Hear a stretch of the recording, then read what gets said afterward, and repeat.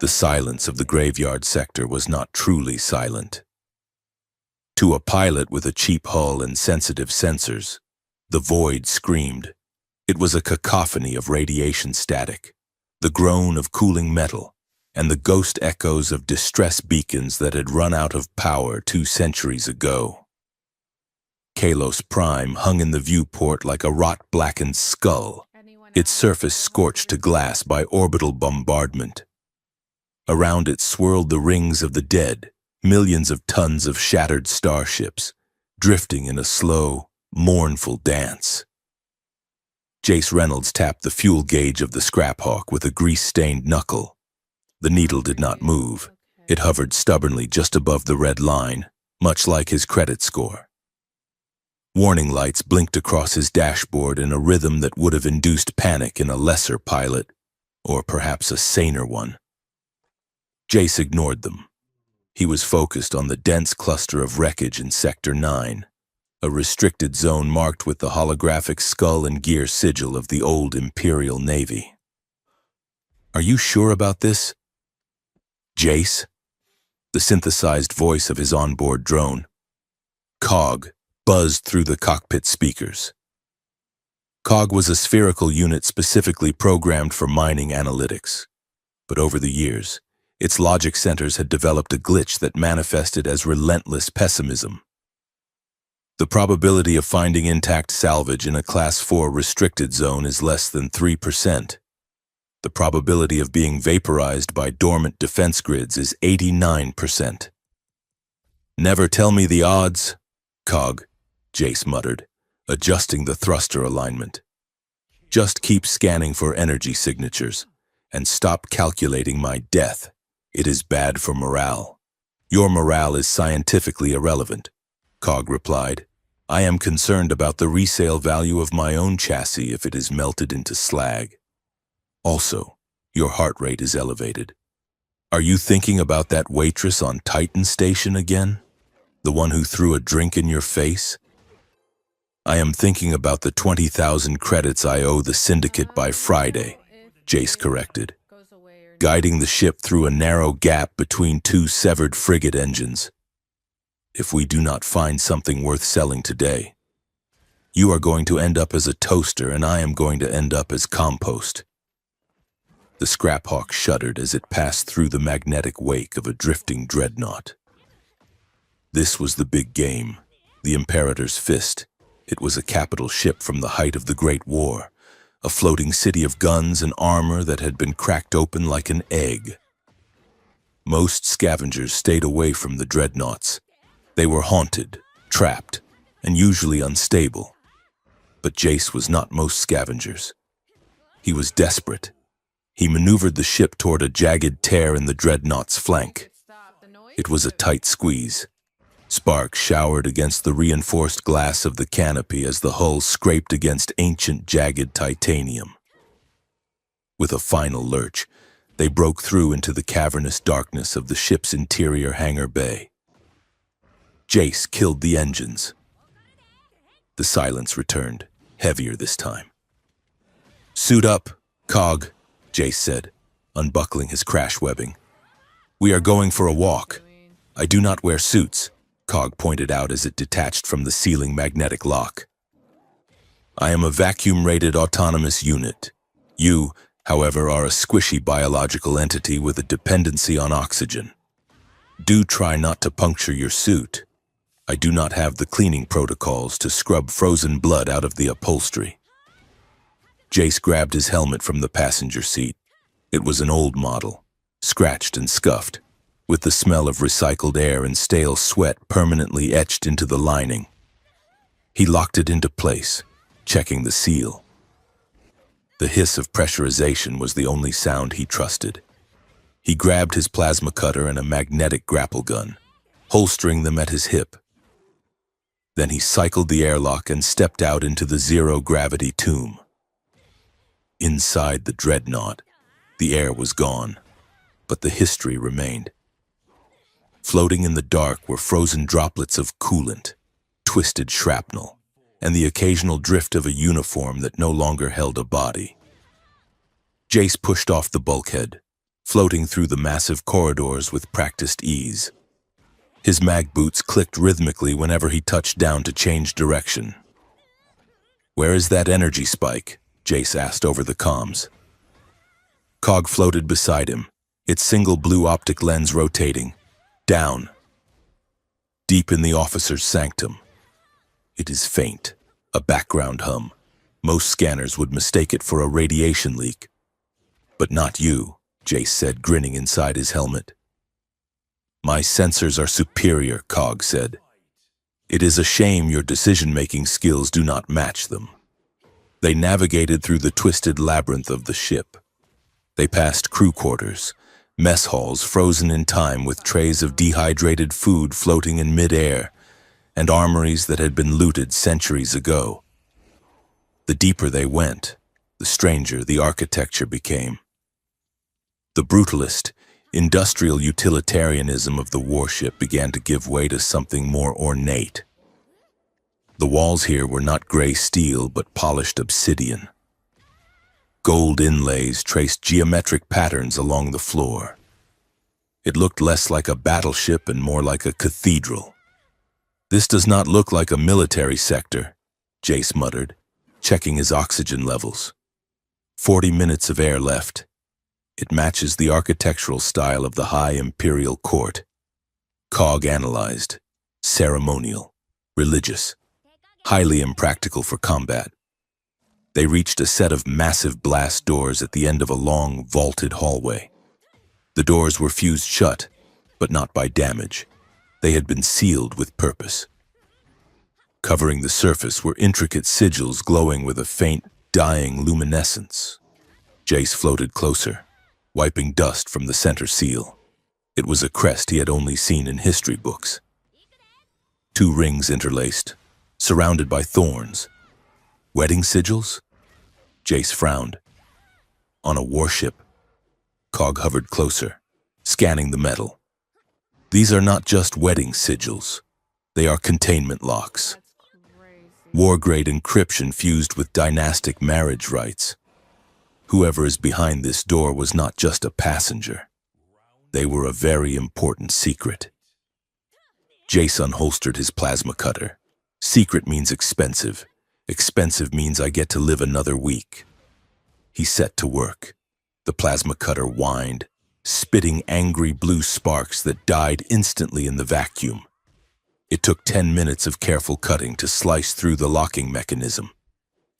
The metal groaned, vibrating through the floor and into Jace's boots. With a final clang, the lock gave way. The massive doors drifted open, pushed by the last reserves of emergency hydraulic pressure. Jace drifted inside and his breath caught in his throat. The room was a vault, pristine and untouched by the vacuum. In the center of the chamber, bathed in the light of his helmet lamps, stood a sarcophagus. It was black and silver, sculpted to look like a bed of thorns and roses. And resting atop the lid, held in a magnetic field, was a blade. It was the most beautiful weapon Jace had ever seen. It was long, slightly curved, and the metal seemed to move like liquid night. It did not reflect the light. It swallowed it. "Jackpot," Jace whispered. "Do not touch it," Cog warned, its voice pitching up an octave. "That creates a dimensional anomaly reading. It is not just a sword. It is a key." Jace ignored the drone. He floated toward the sarcophagus, drawn by the pull of the artifact. He was a salvager. He touched things that did not belong to him. That was the job. He reached out. His gloved finger brushed against the hilt of the liquid black blade. The reaction was instantaneous. A pulse of energy, deep and resonant like a heartbeat, slammed through the room. The silence of the vacuum was broken by a sound that Jace felt in his teeth rather than heard. A low, thrumming bass note. The lights in the vault flared on, blindingly white. "Oh no," Cog said. "You touched it." "Why do you always touch it?" the sarcophagus hissed. Steam vented from the seams as the stasis seal broke. The lid split down the middle and retracted with a smooth, mechanical purr. Jace drifted back, his hand hovering near his plasma cutter. He expected a skeleton. He expected gold bars. He expected old data drives. He did not expect a woman. She rose from the mist of the cryo chamber with a fluidity that should have been impossible after 2 centuries of freeze. She was tall, her skin the color of pale moonlight. She wore armor, but it was unlike anything the modern galaxy produced. It was segmented plates of white pearl and silver, etched with delicate filigree. It looked like a wedding dress forged for a riot. Her hair was a cascade of dark silk floating in the zero gravity, and her eyes, when they snapped open, were solid, burnished gold. She did not stumble. She did not gasp. In one motion, she vaulted from the sarcophagus, snatched the black blade from the air, and crossed the distance between them. Before Jace could even blink, he was pinned against the obsidian wall. The blade was pressed against the throat of his pressure suit. The tip hummed, vibrating against the composite material. 1 millimeter of pressure and she would breach his suit, spilling his air and his life into the void. Jace stared into those golden eyes and saw absolutely no mercy. He saw intelligence, ancient and terrifying. "Speak," she commanded. Her voice was transmitted directly through the contact of the blade against his suit, resonating in his helmet. It was calm, regal, and colder than the space outside. "Name yourself. Summoner." Jace's heart was hammering against his ribs like a trapped bird. He raised his hands slowly, showing empty palms. "My name is Jace. Jace Reynolds. I am just a salvager. I did not mean to—" The blade pressed harder. The warning light for suit integrity flashed red on his HUD. "You bear the blade," she said, her eyes narrowing. "You broke the seal. The protocol requires a name. Are you the husband?" Jace's mind raced. Husband? This was a tomb, not a chapel. But he looked at the wedding sigils on the door, the bridal armor she wore, and the lethal expectancy in her gaze. If he said no, she would likely kill him as an intruder. If he said yes, well, at least he might live long enough to explain the mistake. "Husband," Jace squeaked. "Yes, that is me. The husband." She stared at him, scanning his face, his scuffed suit, his terrified expression. She seemed unimpressed. "Name," she repeated. "Give me the name to seal the bond." "Jace. I told you, Jace Reynolds." The woman did not move. She held the blade steady, her internal processors whirring as she interfaced with the weapon's biometric lock. "Jace Reynolds," she said, tasting the words as if they were poison. Suddenly, the blade flared with a violet light. A chime echoed through the room, a digital confirmation of a completed circuit. The weapon lowered itself, pulling away from Jace's throat against the woman's will. She gasped, her hand trembling as she fought to keep the blade raised. But her arm would not obey. She forced the weapon down to her side, her muscles locking in a rigid, forced salute. "Accepted," a mechanical voice announced from the sarcophagus. "Bond verified. Protocol active." The woman, Vera, stared at her own hand, betrayal etched across her features. She looked from the blade to Jace, her golden eyes burning with a mixture of fury and confusion. "You," she hissed. "You are not him. You are weak. You are common." "Hey," Jace said, finding a scrap of courage now that the knife was not at his throat. "I have distinct qualities." "You are a thief," she spat. "And yet the code accepts you." "Alert," Cog interrupted, hovering frantically between them. "We have company. Imperial security frequencies are active. Someone was monitoring this vault." Jace looked at the tactical display on his wrist. 3 red dots were closing in fast on the hangar bay. They must have tripped a silent alarm when he cut the door. "We need to go," Jace said. "Now." Vera did not move. She stood like a statue, fighting the invisible chains of her programming. "I take no orders from a thief." "They are not here to arrest us, lady," Jace snapped. "They are here to vaporize us. Unless you want to go back in the freezer, I suggest you follow me." As if to punctuate his point, a concussion round slammed into the outer corridor, sending a shockwave through the hull. Dust and debris shook loose from the ceiling. Vera looked at the door, then back at Jace. She sheathed the black blade at her hip with a snap of finality. "Lead, husband," she said, the word dripping with venom. "But if you fall behind, I will leave you." They ran. Jace pushed off the wall, firing his thrusters to gain speed. Vera did not have thrusters, but she did not need them. She moved through zero gravity like a predator in water. She kicked off surfaces with precise mathematical geometry, spinning and twisting to avoid debris. She was faster than him, faster than should be possible for anything organic.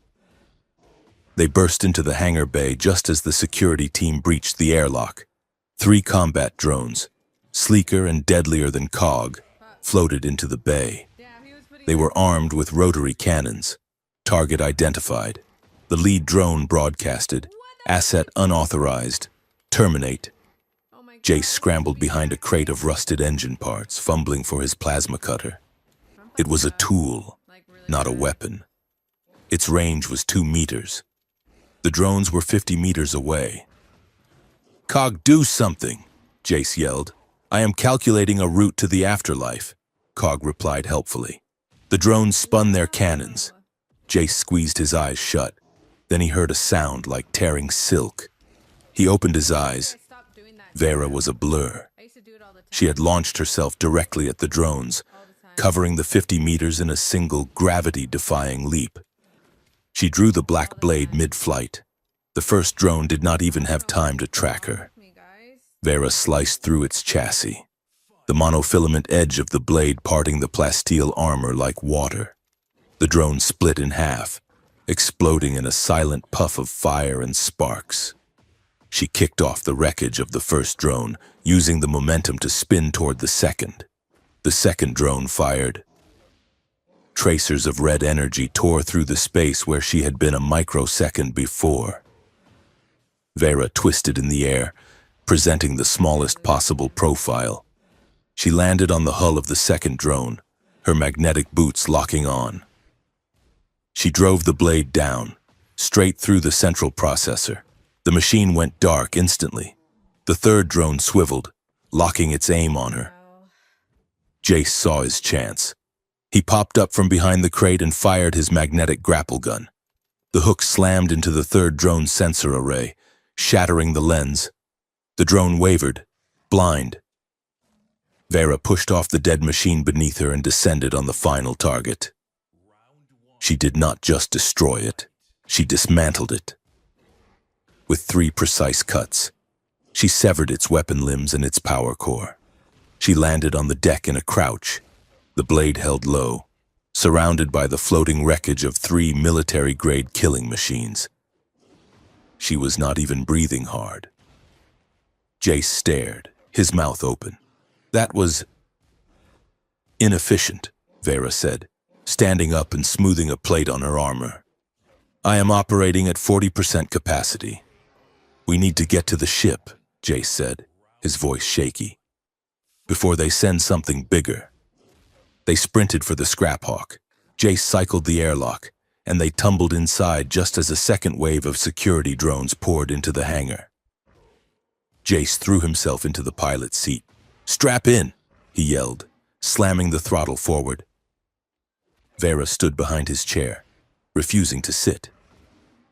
She watched the view screen as the engines flared to life. The scrap hawk shot out of the dreadnought's side, spinning wildly to avoid the incoming fire. Jace wrestled with the controls, sweat stinging his eyes. The ship groaned, metal screaming under the G-force as he pulled a hard turn through the debris field. "Shields are failing," Cog announced. "Rear stabilizers are hit. Hold together, baby, come on." Jace pleaded with the dashboard. He dove the ship into a dense cloud of radioactive dust, using the interference to scramble the enemy sensors. The red dots on his radar flickered and vanished. They were clear. Jace let out a long breath, slumping back in his seat. His hands were shaking. He reached up and unlocked his helmet, pulling it off and taking a deep gulp of the ship's stale, recycled air. It tasted like victory. He spun the chair around to face his passenger. Vera had removed her helmet as well. If she was intimidating with the mask on, she was devastating without it. Her face was sharp, high cheekboned, and terrifyingly beautiful. Her skin had a faint luminescence, and her golden eyes seemed to see right through his skull. She was looking around the cramped, dirty cockpit of the Scrap Hawk with a mixture of curiosity and disdain. "So," Jace said, trying to sound casual and failing. That was intense. Vera did not smile. She looked at the blade in her hand, then at Jace. The comms unit crackled to life. It was a wide-band transmission, encrypted but powerful enough to bleed through the static. "Priority alert to all sectors." A computerized voice intoned. "The War Bride asset is active. Isolate and retrieve. Reward level, Alpha." Jace froze. War Bride? He looked at Vera. She was not looking at him. She was looking at the stars outside the viewport, her expression unreadable. "You are a War Bride?" Jace asked. "I thought those were myths." "Propaganda from the old empire." Vera turned her gaze back to him. It was heavy with 2 centuries of silence. "The myths are diluted truth," she said quietly. "I was built to end a war. I was married to the peace." She walked closer to him, the ceremonial armor clinking softly. She invaded his personal space, leaning down until her face was inches from his. Jace smelled ozone and strange, exotic flowers. "Who are you really?" Jace whispered. She studied him, her eyes searching for something in his face, perhaps a sign of the hero she expected, or the tyrant she feared. She found neither. She found only a broke salvage pilot with a bad haircut and a racing heart. She stepped back, her voice low and resonant, echoing the tragedy of her existence. "I am the promise that was broken," she said. "I slept 200 years waiting for a command, until a human touched my blade." She turned away, walking toward the small cargo hold as if she owned the ship. "Do not speak to me, husband," she said over her shoulder. "I require meditation to recalibrate my kill inhibitors." The door hissed shut behind her. Jace sat alone in the cockpit, the silence of space pressed against the glass. Cog floated down from the ceiling. Well, the drone beeped. On the bright side, we are definitely not going to be bored. On the negative side, you have just kidnapped the most dangerous weapon in galactic history. Also, your heart rate suggests you are attracted to her. This is a survival error. "Shut up, Cog," Jace said, putting his face in his hands. He looked at the empty seat where she had stood. He had gone looking for scrap metal to pay a debt. Instead, he had stolen a legend. The entire galaxy was about to come hunting for them. The Empire, the Directorate, the Warlords. Everyone would want the War Bride. And technically, according to the laws of a dead civilization, he was married to her. Jace groaned, looking at the endless stars. "I am going to need a bigger ship," he whispered, and then he engaged the hyperdrive, carrying his accidental bride and his mounting problems into the dark. The trade moon of Oryx IV hung in the darkness like a festering jewel. It was a chaotic tangle of docking spires, neon-drenched bazaars, and industrial refineries that spewed thick, yellow smog into the thin atmosphere. It was a neutral zone, a place where the laws of the Harmony Directorate were more like polite suggestions than actual rules. For a man looking to disappear, or to fence stolen goods that could topple governments. It was perfect. Jace Reynolds guided the Scrap Hawk into a low orbit, his fingers dancing over the worn controls. The ship rattled as it hit the upper atmosphere. "We are going to land in Sector 7, Jace said, glancing at the tactical display. "I know a fence there. He deals in rare antiques. He will take the blade off our hands. Give us enough credits to refuel and disappear, and we can go our separate ways." Vera stood behind his chair. She had not sat down since they fled the graveyard. She was a pillar of silver and pearl, her presence making the cramped cockpit feel even smaller. "The blade stays with me," Vera said. Her voice was flat, brokering no argument. Jace spun his chair around. "Look, Your Highness, or whatever you are. That sword is the only thing of value I have. I pulled you out of the freezer. I saved you from the drones. I am entitled to a salvage fee." "I am not salvage," Vera said, her golden eyes narrowing. "And the blade is not a trinket. It is a part of my designated combat array. Separating it from me would be like removing your hand. Technically, it would be more like a divorce." Cog chimed in from the ceiling mount. "And given that you two have not even consummated the marriage, the legal proceedings would be fascinatingly complex." Jace glared at the drone. "Cog, if you make one more marriage joke, I am going to scrub your hard drive with a magnet. I am merely processing the data available." Cog replied, "You claimed her as a wife to unlock the vault.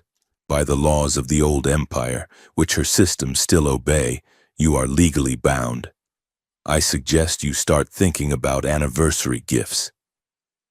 The traditional gift for the first year is paper, though I suspect she would prefer ammunition." Vera ignored the drone, her gaze fixed on Jace. "You intend to sell my weapon. I intend to survive," Jace snapped. "I have a debt to the syndicate that is due in 3 days. If I do not pay it, they are going to harvest my organs for parts. That blade is worth millions. You can keep the armor. You can keep your life. I just want the sword." Vera stepped closer, the motion so fluid it looked like she glided. She leaned down, bracing her hands on the armrests of his pilot chair, trapping him. "You do not understand what you have woken.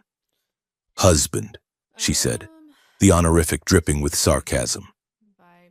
"The blade is not just metal. It is a signal, a key. If you sell it to a fence, the directorate will track it within the hour, and then they will come for you, and me, and there will be no negotiation." Jace swallowed hard. Her proximity was overwhelming. She smelled of cold space and ozone. "Fine," Jace said, his voice cracking slightly. "We go down together. We find a buyer who knows how to handle hot merchandise. But we are doing this my way. No killing unless I say so." Vera straightened up, her expression cool. "I only kill when the mission requires it, or when I am annoyed. Do try not to annoy me." They touched down on a rusted landing pad that jutted out over a toxic sludge ocean. The air on Oryx 4 was breathable but tasted like copper and burnt plastic. Jace threw a heavy cloak over his flight suit to hide his weapons. Vera refused to hide. "You stick out," Jace muttered as they walked down the ramp. A 6-foot-tall warrior woman in bridal armor tends to draw attention. Vera adjusted her gauntlets. "Let them look. Predators do not hide from prey." They moved through the crowded streets of the bazaar. It was a sensory assault. Holographic advertisements for narcotic stims and synthetic flesh flickered in the smog. Aliens of a dozen different species haggled over crates of dubious origin. Jace moved with the easy rolling gait of a local, keeping his head down. Vera walked like she owned the pavement.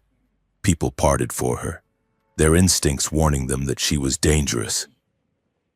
As they walked, Vera scanned the environment, her eyes tracking threat vectors. This place is a sore, she observed. Disordered, filthy. It is called freedom, Jace said. No directorate patrols, no curfews, just good old-fashioned capitalism. It is chaos, Vera corrected. The Empire would have razed this moon and built a garden in its place. Yeah. Well, the Empire is dead, Jace said. And from what I heard, they did a lot more razing than gardening. Vera stopped. She was looking at a massive holographic billboard projected against the side of a refinery tower. It showed a stylized image of a woman in white armor, holding a sword aloft. The woman looked exactly like Vera, but softer. Her face turned upward in saintly devotion. Below the image, the text read, "The War Bride. She died for our unity. Obey the Directorate. Honor her sacrifice." Vera stared at the image, her face unreadable. "That is me," she whispered. Jace stopped beside her. "Yeah, that is the Directorate's version of history. They say the war brides were martyrs who sacrificed themselves to end the Great War. They are practically saints." "Lies," Vera said, her voice shaking with suppressed rage. "There was no sacrifice. There was only the mission." She turned to Jace, her eyes burning. "You asked what a war bride is. You think it is a title? A rank?" She gestured at the billboard. "It was a weapon system disguised as a woman," she said. "The Empire was losing the war. They needed a way to decapitate the enemy leadership without breaking the treaties. So they created us, genetically engineered, conditioned, and enhanced. They married us off to the enemy generals, the rebel kings, the dissident warlords. We were gifts, peace offerings." She looked back at the billboard, at the lie of her own face. "We were programmed to be the perfect wives." Vera continued. "We learned their customs, their languages, their desires. We made them love us. We made them trust us. And then, on the wedding night, or a week later, or a year later, whenever the command code was sent, we killed them." Jace stared at her, a chill running down his spine. The brutality of it was staggering. "You were assassins," he said. "We were sleeper agents bonded by marriage," Vera corrected. "The ultimate betrayal. The blade I carry contains the biometric codes of my targets. Once the bond is sealed, nothing can stop the execution. That is why they called us war brides. The wedding was the funeral." She looked at Jace, and for the first time, he saw a crack in her armor, a glimpse of profound ancient horror. "I was not a martyr," she said softly. "I was a lie. And now this directorate uses my face to sell obedience." Jace did not know what to say. He wanted to make a joke, to deflect the heaviness of the moment, but the words died in his throat. "Come on," he said gently. "My contact is this way." They reached a dive bar called the Rusty Piston. It was dark, loud, and smelled of fermented algae.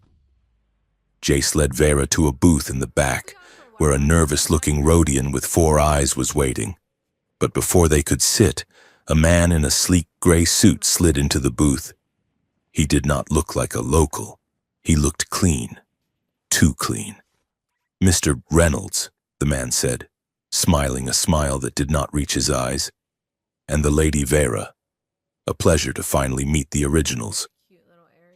Jace's hand went to the blaster under his cloak. "Who are you?" "My name is Agent Kalen," the man said. "I represent a private interest within the Harmony Directorate, an interest that pays very well for lost assets." Kalen placed a credit chip on the table. It glowed with a blue light. 5 million credits, Kalen said. "Enough to pay your debts, buy a new ship, and retire to a paradise world. All you have to do is walk away. Leave the blade. Leave the girl." Jace looked at the credit chip. It was more money than he had ever seen in his life. It was freedom. It was safety. He looked at Vera. She was sitting rigid, her hands under the table. She was not looking at the money. She was looking at Kalen's throat. "Vera is not for sale," Jace said. It surprised him. The words came out before he had even processed the decision. Kalen raised an eyebrow. "Are you sure?" "Mr. Reynolds? She is a relic, a dangerous machine. She will kill you eventually. It is in her nature." "She is a person," Jace said, his voice hardening. "And she is with me." Vera's head snapped toward him. She looked at him with genuine shock. Kalen sighed. He tapped the table with a manicured finger. "I was afraid you would say that. Sentimentality is such a flaw in your species." The air in the bar changed instantly. The music stopped. The patrons near the door drew weapons. Vera moved. She did not stand up. She kicked the table, flipping it into Kalen's face. In the same motion, she drew the black blade. The sound of it leaving the sheath was a high, singing note that cut through the noise of the bar. Kalen was fast. He had a shield generator on his wrist that flared to life, but Vera was faster. She vaulted over the overturned table, the blade moving in a blur of liquid darkness. She did not kill him. She severed the emitter on his wrist, disabled the plasma pistol he tried to draw, and kicked him in the chest with enough force to send him flying across the room and through the front window. Jace was already up, firing his blaster at the two hired thugs blocking the exit. Blue bolts of energy scorched the air. "Run!" Jace yelled. They burst out of the bar and into the chaotic street. "Cog, bring the ship around!" Jace screamed into his comms. "We have heat. I am detecting 17 armed individuals converging on your location," Cog replied. "And a bounty notice has just been uploaded to the planetary network. Congratulations. Jace, you are now worth 10 million credits. Dead or alive." "Only 10, Jace panted, dodging a laser blast that singed his cloak. "I am insulted." They sprinted through the bazaar, overturning carts of fruit and mechanical parts to create obstacles. Vera was a whirlwind. She did not run. She flowed. Every time a bounty hunter tried to intercept them, she was there. A strike to the knee, a hilt smash to the temple, a precise throw of a shuriken from her belt. She was not killing them. Jace realized she was holding back, honoring his request. She was dismantling them with surgical precision. The Scrap-Hawk roared overhead, its loading ramp lowering while the ship was still moving. "Jump!" Jace yelled. They leaped from the roof of a low building, landing hard on the metal ramp. Jace scrambled up, hitting the retract button. Laser fire pinged off the hull as the ship shot upward, breaking the atmosphere and punching into the black safety of space. Jace collapsed on the deck of the cargo hold, gasping for air. "That went well," he wheezed. Vera stood over him. She was not out of breath. Her eyes were bright, dilated with the adrenaline of combat. "You refused the money," she said. Jace looked up at her. "Yeah. Well, I am stupid that way." "Why?" she demanded. "You are a thief. You are in debt. That sum would have solved your existence." Jace propped himself up on his elbows. "I do not sell people, Vera. I steal crates. I steal data. I do not steal lives. Besides, that guy had creepy eyes." Vera stared at him for a long moment. Then, slowly, she extended a hand to help him up. Jace took it. Her grip was iron strong, but her skin was warm. "You are an anomaly. Jace Reynolds," she said. Later. The ship was quiet. They were drifting in deep space, hiding in the shadow of an asteroid field to let the heat die down. Jace found Vera in the small medical bay. She had removed her pauldrons and the heavy chest plate of her armor, leaving her in a bodysuit of dark, woven mesh. She was trying to angle a mirror to see her own back. Do you need help? Jace asked, leaning against the doorframe. Okay. Vera flinched, pulling the mirror away. I am analyzing damage. You did not get hit, Jace said. I was watching. You were untouchable. Not combat damage, she said. Systemic errors. My memory files are fragmented. I keep seeing flashes of things that do not align with my mission logs. She turned her back to him. She pulled the mesh fabric down slightly, revealing her shoulder blades. Jace's breath caught. Her skin was marked with intricate patterns of raised, pearlescent scars. They looked like tattoos carved with a laser scalpel. They swirled and interlocked in geometric designs that glowed faintly in the dim light. What are those? Jace asked, stepping closer. Memory seals, Vera whispered. The Empire did not trust us to remain loyal. Don't go up. Okay. They encoded our conditioning directly into our nervous systems. Every mission, every kill, every lie, it is written here. But I cannot read the code on my own back.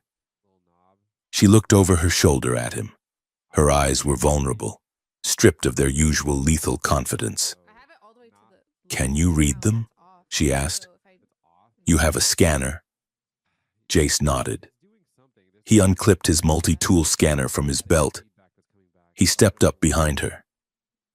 I need to touch the skin to get a bio reading, he said. Is that okay? Do it, she said. Jace reached out. His fingers brushed the skin of her shoulder. It was incredibly soft, a stark contrast to the hard lines of the scars. When he touched a glowing line, Vera shivered. The proximity was electric. Jace could feel the heat radiating from her. He could smell the scent of her hair. For a moment, he forgot she was a living weapon.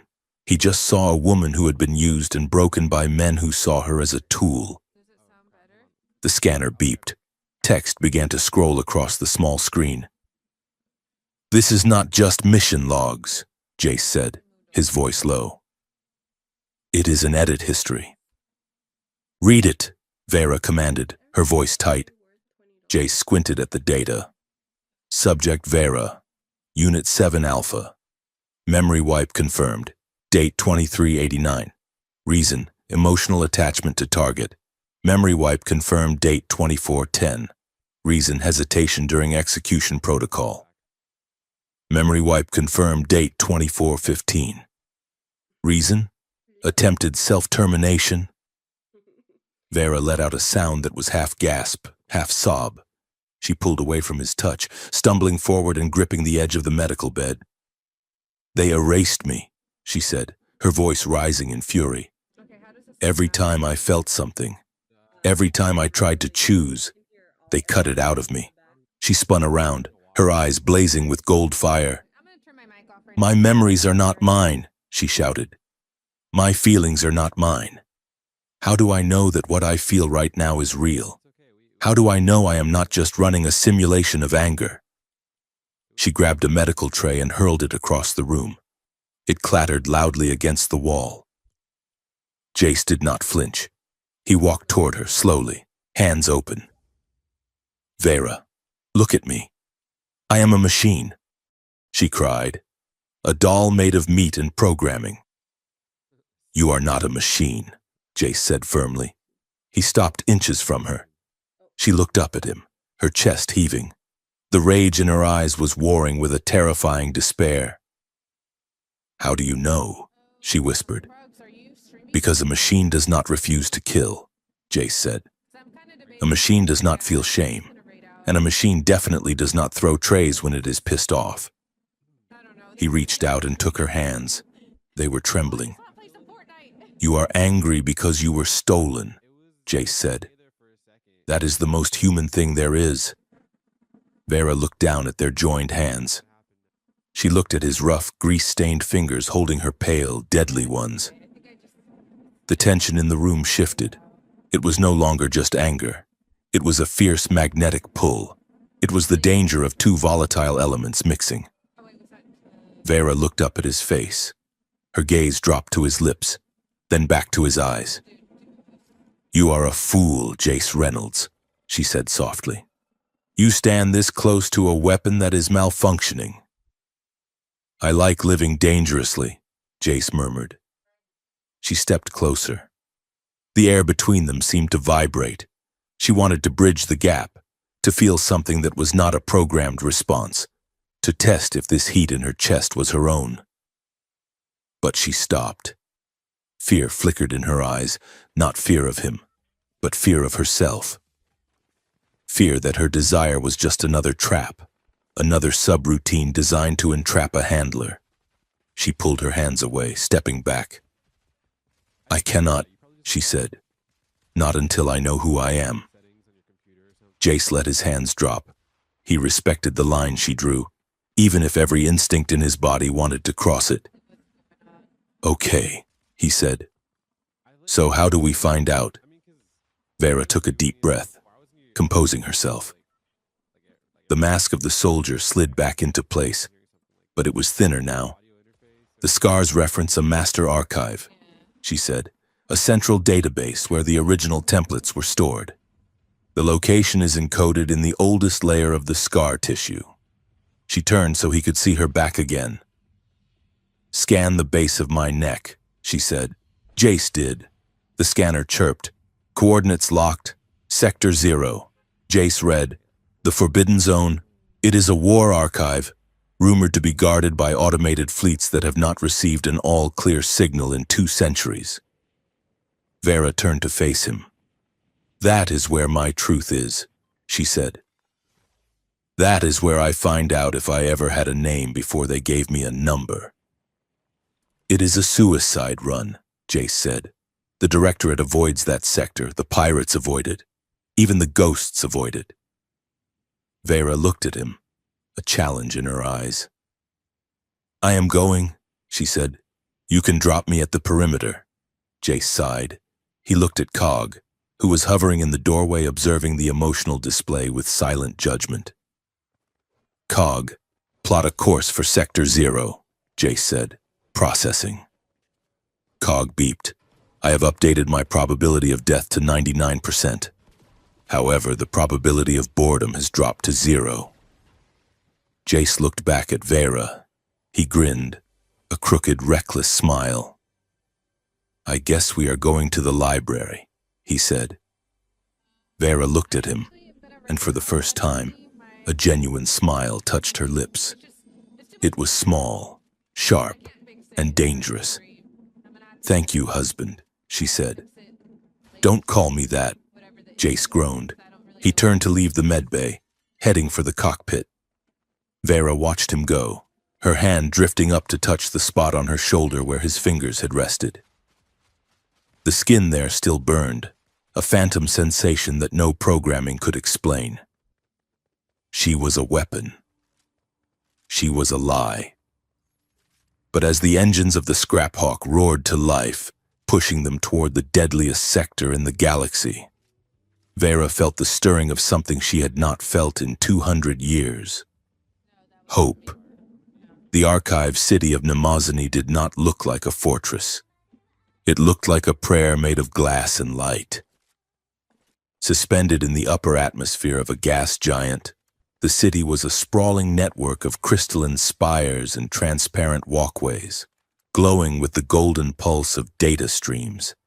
It was beautiful, serene, and guarded by the most paranoid private army in the galaxy. Jace Reynolds tugged at the collar of his velvet tunic. It itched. Stop fidgeting, Vera murmured. Her voice was low, barely carrying over the hum of the maglev transport that was ferrying them toward the main gate. You look like a thief trying to not look like a thief, which makes you look exactly like a thief. I am not fidgeting, Jace whispered back, forcing a stiff smile for the benefit of the surveillance drones buzzing overhead. I am adjusting. This fabric breathes about as well as a plastic bag. And why do I have to be the husband? I could have been the bodyguard. I am good at looking menacing. You are 5 feet and 11 inches of sarcastic debt, Vera said. You do not project menace. You project liability. Besides, the clearance codes Cog stole are for a mid-level contractor and his spouse. Play the part, darling. She said the last word with a sharp, terrifying sweetness that made Jace's spine tingle. He looked at her. Vera was unrecognizable. The holoveil generator clipped to her ear distorted her features just enough to fool facial recognition software. Her lethal, sharp-edged beauty was softened into the vapid, pampered elegance of a sector noblewoman. She wore a gown of shimmering blue silk that hid the throwing knives strapped to her thighs, and her hair was piled high in an elaborate, useless fashion. She looked harmless. Jace knew better. Cog, painted gold to resemble a high-end valet drone, hovered behind them carrying a decorative case. Inside the case was not jewelry, but high-grade hacking spikes and Vera's dismantled blaster. We are approaching the customs checkpoint. Cog transmitted to their earpieces. Heart rates are elevated, and try to think of boring things. Actuary tables, drying paint, your bank account balance. Shut up, Cog, Jace muttered. The transport docked with a soft chime. The doors slid open, revealing a grand atrium of polished white stone. Data priests in crimson robes moved silently across the floor, their faces obscured by digital visors. Guards in white ceramic armor stood at every archway, their rifles held at present arms. Jace offered his arm to Vera. She took it, her grip firm. Remember, Jace whispered, we are here to find the marriage records. We get in, we scan the original treaty, and we get out. No killing. Vera smiled, a dazzling fake expression that reached her eyes but did not warm them. Lead the way, husband. They approached the primary desk. A data priest looked up, his visor scrolling with blue text. Identification. The priest droned. Jace held out his wrist, projecting the stolen ID signature, Lord and Lady Varos of the Outer Rim Trade Coalition. We have an appointment with the historical acquisitor. The priest scanned the ID. He paused. The silence stretched for 5 seconds. Jace felt sweat trickling down his back. Your credentials are valid, the priest said finally. However, the acquisitor is currently indisposed. You will have to wait in the viewing gallery. Jace let out a breath he did not know he was holding. Of course. We are happy to wait. The priest did not move to open the gate. He tilted his head. Lady Varos, the priest said, your biometric reading fluctuates. Are you carrying unauthorized technology? Jace froze. The hollow veil. Vera did not flinch. She laughed, a light, musical sound that echoed in the silent hall. She leaned forward, resting a gloved hand on the desk, invading the priest's personal space with masterful arrogance. Oh, you are simply adorable, she purred. Unauthorized technology? My dear official, this is a mood modulator. My husband, bless his heart, is dreadfully boring about trade tariffs. If I did not have a little chemical assistance to keep my spirits up, I might simply throw myself off the nearest balcony. Surely you understand the burden of a tedious marriage? She cast a dismissive, pitying glance at Jace. Jace blinked, then leaned into the role. Hey, I am right here, and the tariffs are fascinating. The priest seemed confused by the sudden injection of domestic drama. He looked from Vera's charming smile to Jace's offended expression. The logic of the interaction did not fit his security parameters, so he defaulted to the path of least resistance. Very well, the priest said, unlocking the gate, proceed, but keep the modulator on a low setting. Emotional outbursts are prohibited in the sanctum. Thank you, Vera said, patting the priest's hand. You are a treasure. They walked through the gate, past the guards, and into the inner sanctum. As soon as they were out of earshot, Jace exhaled loudly. tedious marriage. Really? It worked, Vera said, dropping the smile instantly. You were failing. I improvised. You enjoyed that, Jace accused. I enjoyed the efficiency, she corrected. Now, where is the archive? Cog projected a map onto Jace's retina. 3 levels down. The Vault of Lineage. It is heavily shielded. They navigated the corridors of the archive city. The place was a monument to information. The walls were made of data glass, scrolling with the history of 1,000,000 worlds. It was a library where the books were beams of light. They reached the service elevator that would take them to the restricted levels. Jace hacked the panel, his fingers moving fast. The doors opened, and they stepped into the cool, silent shaft. When the doors opened on the lower level, the atmosphere changed. The light was dimmer here, blue and cold. The air smelled of ozone and old dust. This was where the dangerous history was kept. The Vault of Lineage was a circular room lined with massive server towers. In the center was a console interface. Cog. You are up, Jace said. The drone floated to the console and extended a data jack. I am in. Searching for the Warbride protocols. Searching for... Oh. Oh, what? Vera asked, her voice sharp. Oh dear, Cog said. This is not good. Vera pushed Jace aside and looked at the screen. Streams of data reflected in her golden eyes.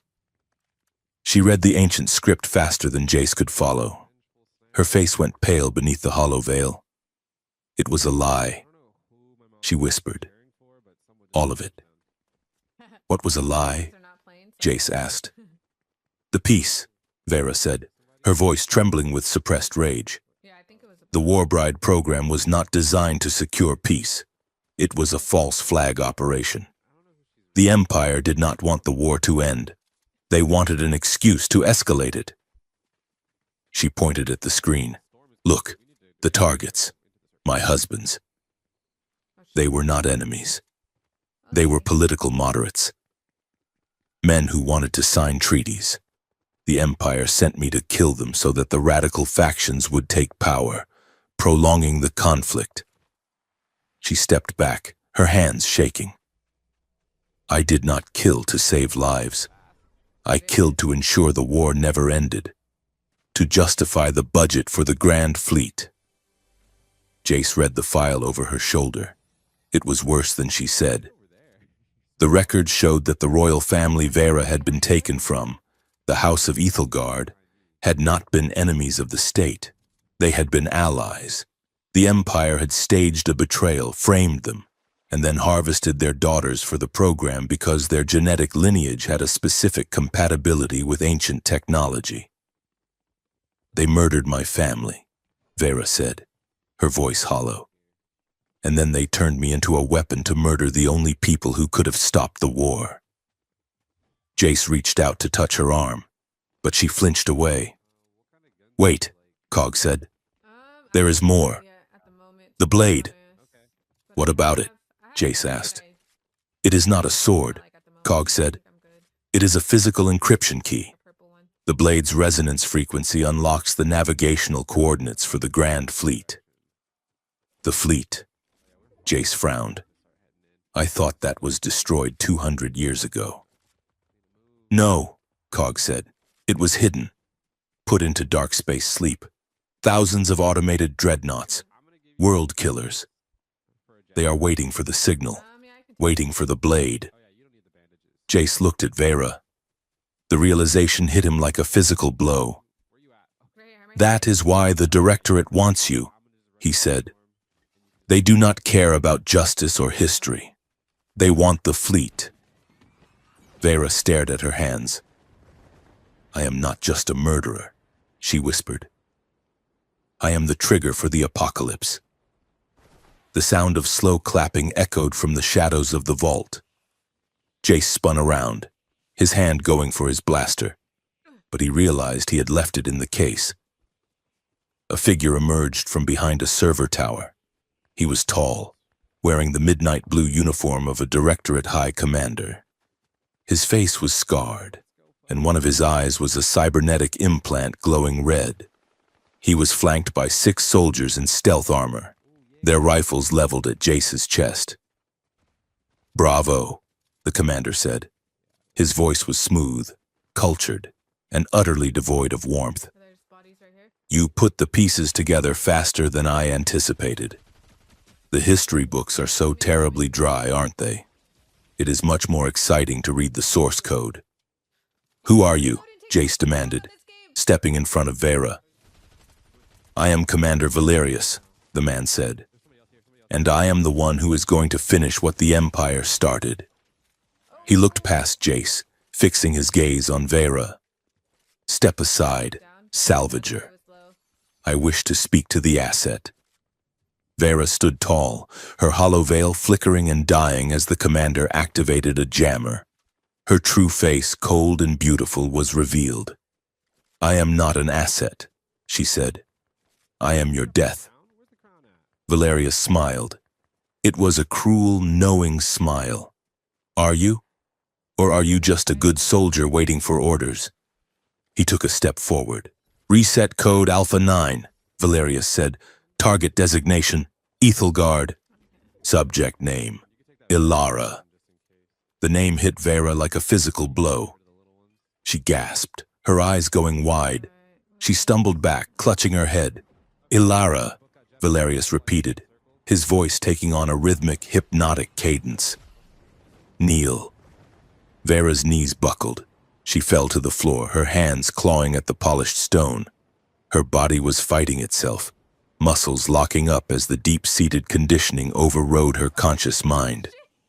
That name, Ilara, was the key to the deepest lock in her psyche.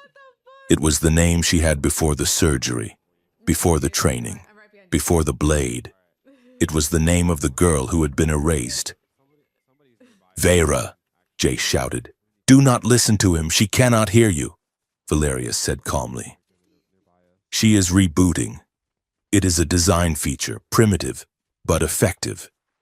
Valerius walked toward her, confident in his control. "Ilara, secure the hostel," he commanded, pointing at Jace. Vera moved. It was a jerky, puppet-like motion. She stood up, her face blank, her golden eyes dull. She turned toward Jace. She reached for the hidden knife in her gown. "Vera, no," Jace said, backing away. "It is me. It is Jace. Target identified," Vera said. Her voice was monotonic, a machine speaking through a woman's throat. She lunged. Jace dodged, barely. The knife slashed through the velvet of his tunic, scratching his chest. He grabbed her wrist, trying to hold her back. She was impossibly strong. She threw him across the room. He slammed into a server rack, pain exploding in his ribs. She advanced on him, raising the knife for a killing stroke. Valerius laughed softly. "Beautiful." Jace looked up at her. He saw the emptiness in her eyes, but he also saw the sweat on her brow, the slight tremor in her hand. She was in there, buried under layers of code. "Ilara is dead," Jace screamed. Vera froze. The knife hovered inches from his throat. "They killed Ilara!" Jace yelled, his voice echoing in the vault. "They killed her so they could make you a slave. But you are not Ilara anymore, and you are not a war bride." He reached up, ignoring the blade, and placed his hand on her cheek. "You are Vera," he said, his voice dropping to a desperate whisper. "You chose that name. You chose to save me. You chose to be free. Come back." Vera's eye twitched. The knife trembled. Valerius frowned. "Ilara, execute." "Vera," Jace said, staring into her eyes. "I am not your target. I am the idiot who stole you, remember?" A spark of gold flared in her eyes. The dullness receded, replaced by a flood of confusion, then pain, then sharp, focused clarity. She blinked. She looked at the knife in her hand. She looked at Jace. I I remember, she whispered. Then she looked at Valerius. The commander realized his mistake a second too late. Fire, he ordered. Vera spun. She did not use the knife. She used the air itself. She kicked the server rack Jace had hit, knocking the heavy metal tower over. It crashed onto two of the guards, crushing them instantly. In the chaos, she grabbed Jace and hauled him to his feet. Run, she commanded. They sprinted toward the maintenance access hatch at the back of the vault. Laser fire chewed up the floor behind them. Jace scrambled through the hatch, dragging Cog with him. Vera followed, sealing the blast door moments before a plasma grenade detonated on the other side. They were in a service tunnel. It was dark, narrow, and smelled of ozone. Where does this go? Vera asked, her breathing ragged. Up, Cog said, to the ventilation exchange, which opens into the zero-gravity gardens. Go, Vera said, pushing Jace forward. They climbed. The ladder seemed endless. When they finally reached the top, they burst out into a space that made Jace stop in his tracks, despite the danger. They were in a massive, transparent sphere attached to the side of the city. Inside, gravity was suspended. Exotic plants from 1,000 worlds floated in the air. Vines of purple crystal, clouds of glowing pollen, trees with roots that swam like squids. It was a surreal, floating jungle. Maintenance drones buzzed lazily among the leaves. We have to cross to the docking spire on the other side, Jace said. They pushed off the railing, diving into the floating forest. It was a dreamlike chase. They swam through the air, grabbing onto floating branches to change direction.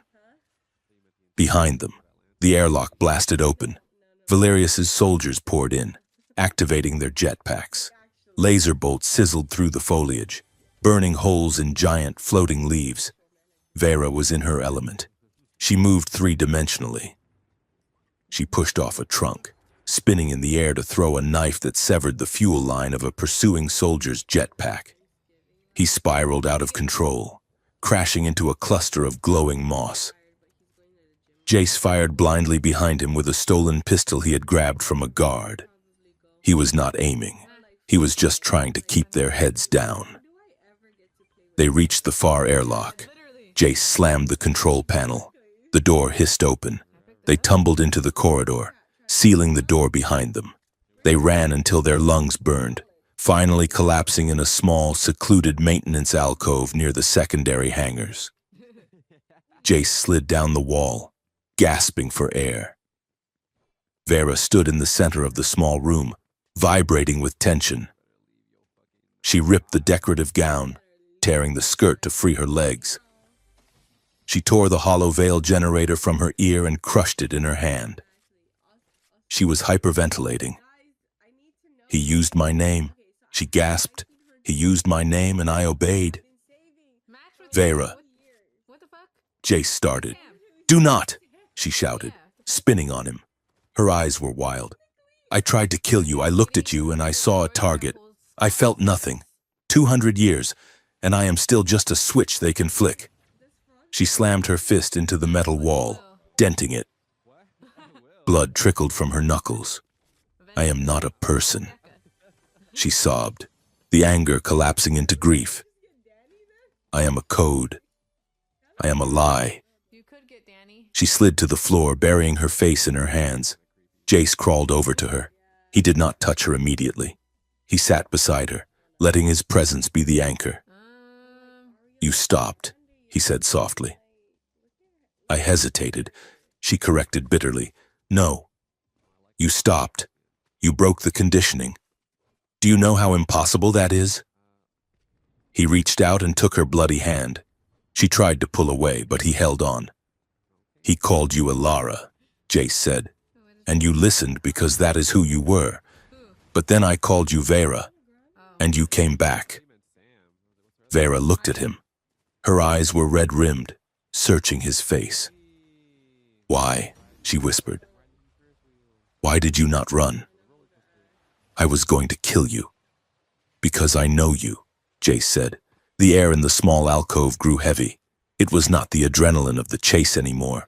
It was something denser, hotter. Oh. Vera looked at his mouth. She looked at the scratch on his chest where her knife had cut him. She reached out, her fingers trembling, and traced the line of the wound. "I hurt you," she said. "I have had worse shaving accidents." Jace joked weakly. She did not smile. She leaned in, her gaze intense. She was testing herself, testing the control she had just regained. She wanted to know if the pounding in her chest was hers, or just another physiological response to stress. She needed to feel something that was not an order. She kissed him. It was not gentle. It was desperate. It tasted of blood and fear and ozone. It was a collision of two people who had almost died. Vera kissed him like she was fighting a war, demanding and fierce. She pushed him back against the wall, her hands tangling in his hair. Jace responded, his hands finding her waist, pulling her closer. The connection was electric, a raw circuit closing. But then Vera pulled back, breathless. She looked at him with wide, terrified eyes. "Stop me," she whispered. "What?" Jace asked, dazed. "If this is a program, if I am doing this because I am designed to seduce, stop me." She was asking for permission to be real. She was terrified that her desire was just another weapon in her arsenal. Jace looked at her. He saw the fear. He saw the longing. "Vera," he said, his voice steady. "You are shaking. Machines do not shake." He took her face in his hands. "I am not stopping you because you are programmed," he said.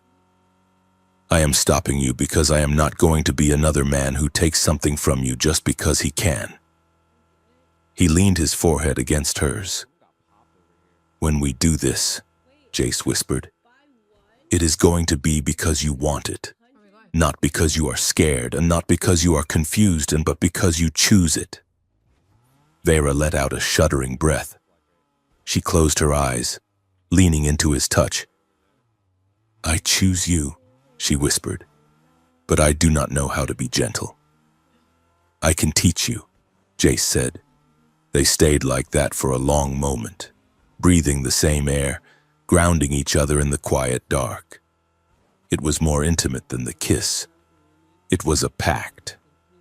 Cog rolled into the room, beeping softly. "I hate to interrupt this display of biological inefficiency," the drone said, "but we have an incoming transmission. Broad spectrum, directed at Vera's internal ID." Vera pulled back, wiping her face. She stood up, the warrior mask sliding back into place, but her eyes remained soft when she looked at Jace.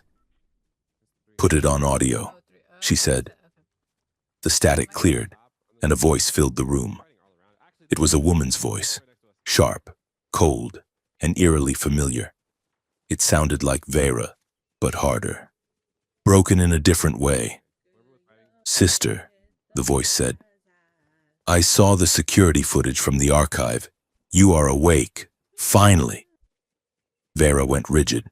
She knew that voice. It was a voice from a childhood she had thought erased.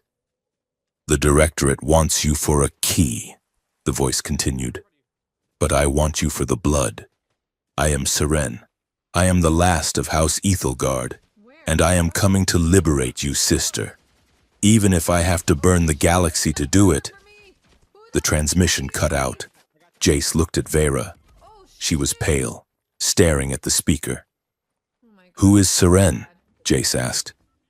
Vera looked at him, and the fear in her eyes was replaced by a new, darker resolve. "My cousin," she said. "She was the only one who escaped the purge. I thought she was dead." She looked at her hands, which were steady now.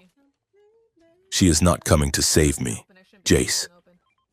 She is a revolutionary, a butcher. If she has the blade, she will not just wake the fleet. She will use it to glass every Directorate world." Vera grabbed her dismantled blaster from the case Cog was carrying and began to reassemble it with blind, practiced speed. We have to move, she said. We have a new enemy, and she shares my blood. Jace stood up, checking the charge on his stolen pistol. Out of the frying pan, he muttered, into the fire. Vera finished. They opened the door and stepped back out into the war they had started, leaving the silence behind them. The planet of Crimson Reach was a graveyard of giants. The atmosphere was thin and tasted of iron oxide, coating everything in a layer of fine, blood-red dust. Stretching across the horizon were the skeletal remains of colossal war machines from the last Great War. Walkers the size of skyscrapers, collapsed starships half buried in dunes, and artillery cannons that had rusted into statues of despair.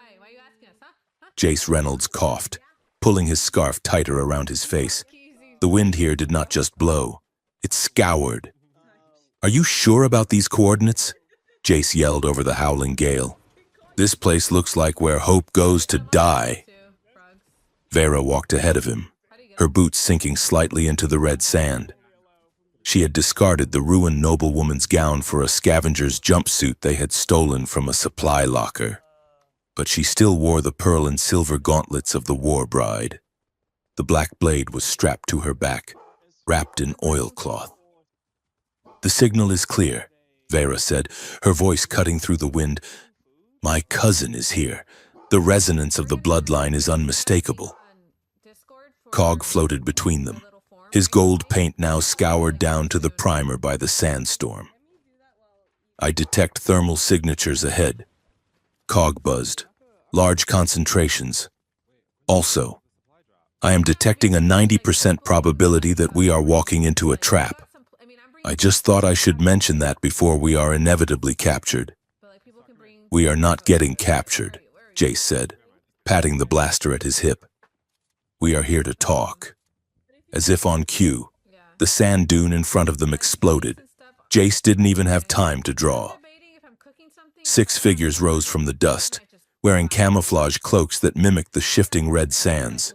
They held magnetic pulse rifles leveled directly at Jace's chest. "Hold," a voice commanded. It was rough, scarred by smoke and shouting. A woman stepped out from behind the rusted leg of a fallen walker. She was tall, with the same sharp aristocratic bone structure as Vera, but where Vera was cold marble, this woman was jagged flint. Her face was marked by a long, pale scar running from her temple to her jaw. She wore the battered armor of a revolutionary general, painted with the symbol of a broken chain. "Seren," Vera whispered. The woman lowered her rifle, but her eyes remained hard. She looked at Vera with a mixture of adoration and fury. "Sister," Serene said, "you look exactly as you did the day they took you. It is disgusting." She signaled to her troops. "Seize them. If the human resists, bleed him." Jace raised his hands. "We come in peace?" The butt of a rifle slammed into his stomach, driving the air from his lungs. He went down hard, tasting copper and dust. Vera moved to intercept, her hand reaching for the blade, but Seren was faster. She pressed the barrel of a pistol against Vera's forehead. "Do not," Seren warned. "I know your programming. Vera, I know your reaction times. I will put a bolt through your processor before you clear leather." Vera froze. She looked at Jace, gasping in the red dust, and then back at her cousin. "I am not programmed anymore," Vera said. "That remains to be seen," Seren replied. "Bring them." They were marched through the skeleton of a fallen dreadnought that had been converted into a fortress. Inside the massive, hollowed-out hull, a city of tents and makeshift barracks thrived. Thousands of soldiers moved with disciplined urgency. They were not a ragtag band of rebels. They were an army in waiting. They brought Jace and Vera to the command deck, a high platform overlooking the camp. Seren sat on a throne made from the welded scraps of Directorate armor. She motioned for her guards to release them. Jace scrambled to his feet, dusting himself off and checking on Vera. She is fine, Serene said, pouring herself a cup of murky water. She is indestructible. That is the point. Why are you doing this? Seren, Vera asked, stepping forward. You sent the message. You said you wanted to liberate me. I did, Seren said. And I have. Look around you, sister. She gestured to the army below. Okay. The Harmony Directorate is a lie. They claim to be a new government, but they are just the old empire in a cheaper suit. They kept the laws. They kept the taxes. They kept the oppression. The only thing they changed was the name.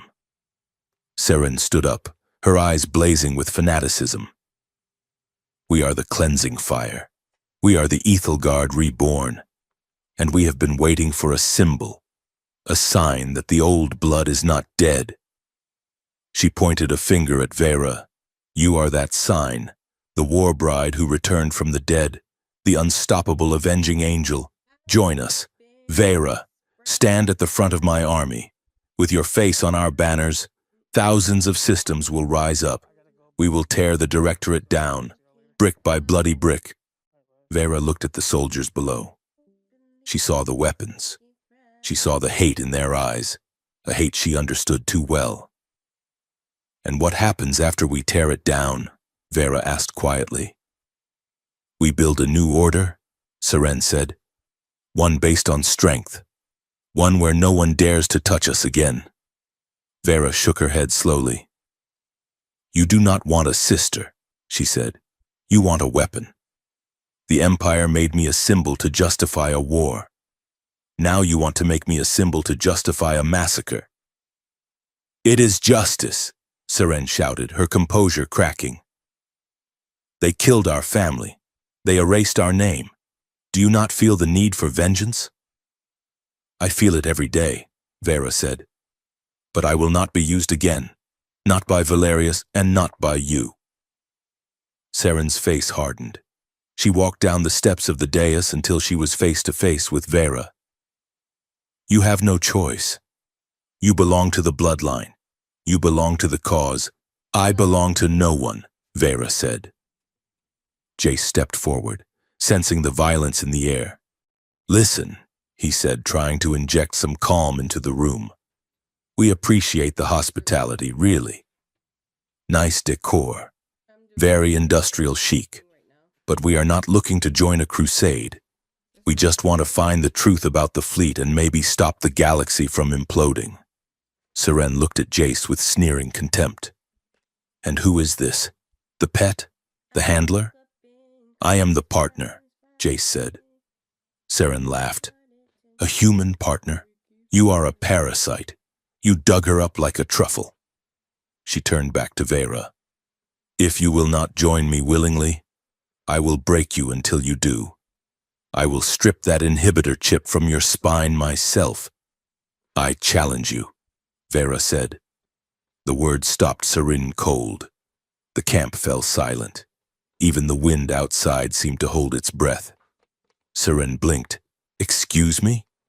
I challenge you, Vera repeated, her voice ringing out clear and strong. The right of iron, the ancient law of our house. If I win, we leave, and you never hunt us again. If you win, I will take up your banner. Seren smiled. It was a terrifying expression.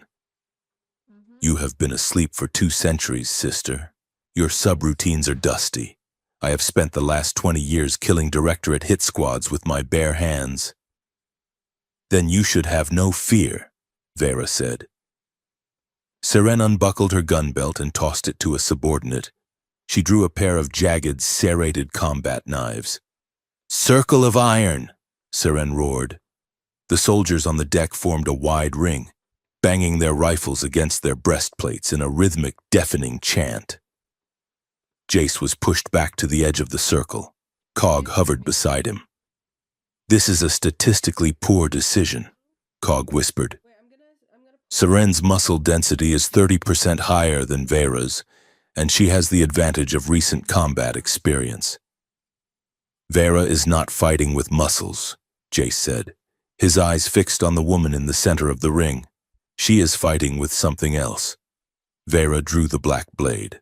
She did not activate its energy field. She held it like a master, balanced and still. Serene lunged. The fight was a blur of motion. Seren fought like a storm, brutal, relentless, and overpowering. She slashed and stabbed, forcing Vera backward. Vera parried, the black blade singing as it deflected the serrated knives. "You are weak," Seren screamed, spinning into a kick that caught Vera in the ribs. Vera stumbled back, gasping. Seren pressed the advantage, bringing both knives down in a scissor strike meant to decapitate. Vera dropped to one knee, sliding under the strike. She brought the pommel of her sword up, slamming it into Seren's gut. Seren grunted but did not fall. She grabbed Vera's hair, yanking her head back, and brought a knife down toward her throat. Vera dropped the sword. Jace shouted, "Vera!" But Vera did not need the sword. She caught Seren's wrist in midair. With a twist of her hips, she used Serene's own momentum to throw her. Seren crashed onto the metal deck. Before Seren could recover, Vera was on her. But instead of striking, she pinned Seren's arms with her knees. She grabbed the fallen knives and tossed them out of the ring. Seren roared, bucking wildly, but Vera held her down. Vera's hand hovered over Serene's throat, fingers curled into a claw. She could crush her windpipe in a second. The kill was there. The programming screamed at her to take it. Target vulnerable. Execute. Seren stared up at her, eyes wide, waiting for the death she would have delivered. "Kill me," Seren hissed. "Finish it. Be the weapon." Vera's hand trembled. She looked at Jace. He was not shouting instructions. He was just watching her, trusting her. Vera took a deep breath. The red rage in her vision cleared. "No," Vera said. She released Seren and stood up. She backed away, leaving her cousin alive on the floor. "I am not a weapon," Vera said to the silent crowd. "And I am not a murderer. I choose mercy." Seren scrambled to her feet, humiliated and furious.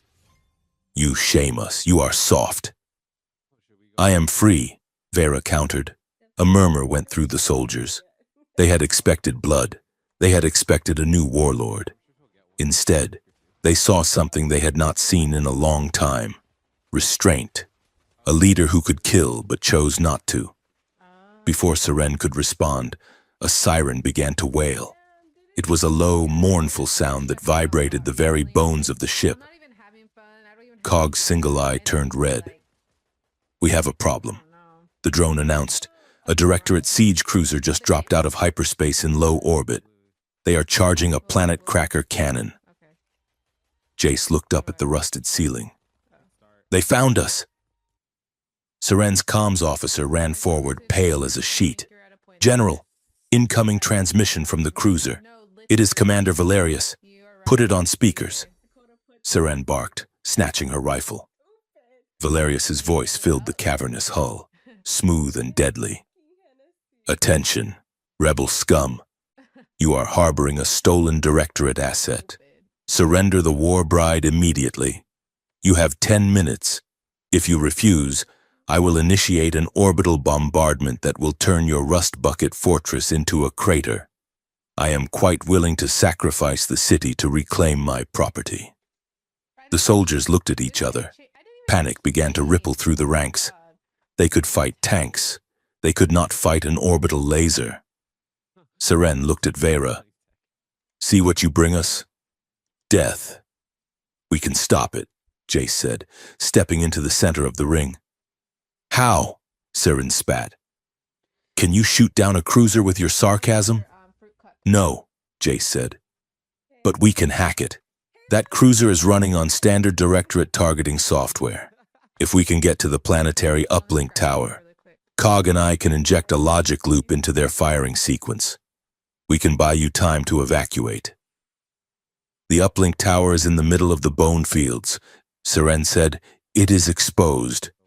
You will never make it in 10 minutes. I will take them, Vera said. Siren looked at her cousin. The hate was still there, but beneath it was grudging respect. Go, Siren said. But if you fail, I will haunt you in the afterlife. Jace, Vera, and Cog ran. They stole a hover skiff from the rebel motor pool and blasted out into the sandstorm. The uplink tower stood like a lonely needle against the red sky. Above them, the clouds parted, revealing the terrifying silhouette of the Directorate cruiser. Its main cannon was glowing with a building blue charge. 5 minutes to firing. Cog updated, just for the record. This fits the narrative arc of a romantic hero sacrifice perfectly. I hate it. Drive! Vera shouted, clinging to the roll bar. Jace pushed the skiff's engines to the red line. They flew over the rusted arms of fallen mechs, dodging jagged metal spikes. They reached the base of the tower. Jace grabbed his data deck and leaped off. Cover me! Jace yelled, sprinting for the terminal at the base of the spire. Vera drew her blade. Directorate drop pods were raining down around them. Metallic spiders with rapid-fire lasers unfolded from the pods. Vera moved to meet them. She was a whirlwind of black steel and white armor.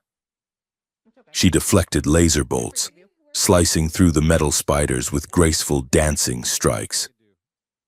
She was protecting Jace, not because of a protocol, not because of a mission, but because he was Jace at the console. Jace plugged Cog into the port. Do the magic. Cog, Jace screamed, typing furiously. I am attempting to bypass military-grade encryption with a mining algorithm, Cog complained. This is like trying to pick a lock with a banana. Just do it. Above them, the sky turned purple as the cruiser's cannon reached 90% charge. Vera fought on. A spider bot slashed her arm, cutting through the mesh suit. She hissed in pain but did not slow down. She decapitated the bot and kicked its chassis into another incoming drone. I need the code, Jace yelled. Cog, get me the handshake protocol. I am in. Cog beeped triumphantly, uploading the logic loop. Now, in orbit, the cruiser's cannon fired, but instead of a cohesive beam of destruction, the energy dispersed into a harmless fireworks display of static. The targeting computer had reset to 0 coordinates. Yes, Jace cheered, slapping the console. Vera dispatched the last spider bot and collapsed to her knees, breathing hard. Is it over? She asked. Not yet, Jace said, his face grim. We bought time, but Valerius will just reboot and fire manually. We need to end this. We need to give the galaxy a reason to stop him. He looked at the uplink tower. This tower does not just control local defense. It is connected to the hypernet. We can broadcast to the entire sector. Broadcast what? Vera asked. The truth, Jace said. Your truth. He pointed to the black blade in her hand. Cog said the blade holds the coordinates to the fleet, but it also holds the biometric records of your missions, the original marriage contracts. If we upload that data, we prove the Directorate is built on a lie. Vera looked at the blade. It pulsed with a low, hungry heartbeat. To access that data, she had to interface with it fully. She had to open her mind to the weapon. It might kill me, she whispered, the feedback loop. Jace took her hand. I will be right here. If you start to slip, I will pull you out. Vera nodded. She stood up and walked to the console. She placed the tip of the blade into the data port. She closed her eyes. The world dissolved. Vera was no longer on the red planet. She was in a white void. A storm of images swirled around her. She saw a wedding dress made of lace and diamonds. She heard organ music. She felt the cold fear of a young girl, Ilara, walking down an aisle.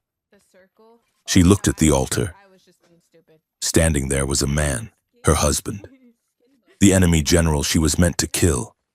But as she walked closer, the image flickered. The man was not standing. He was propped up. He was pale, dead.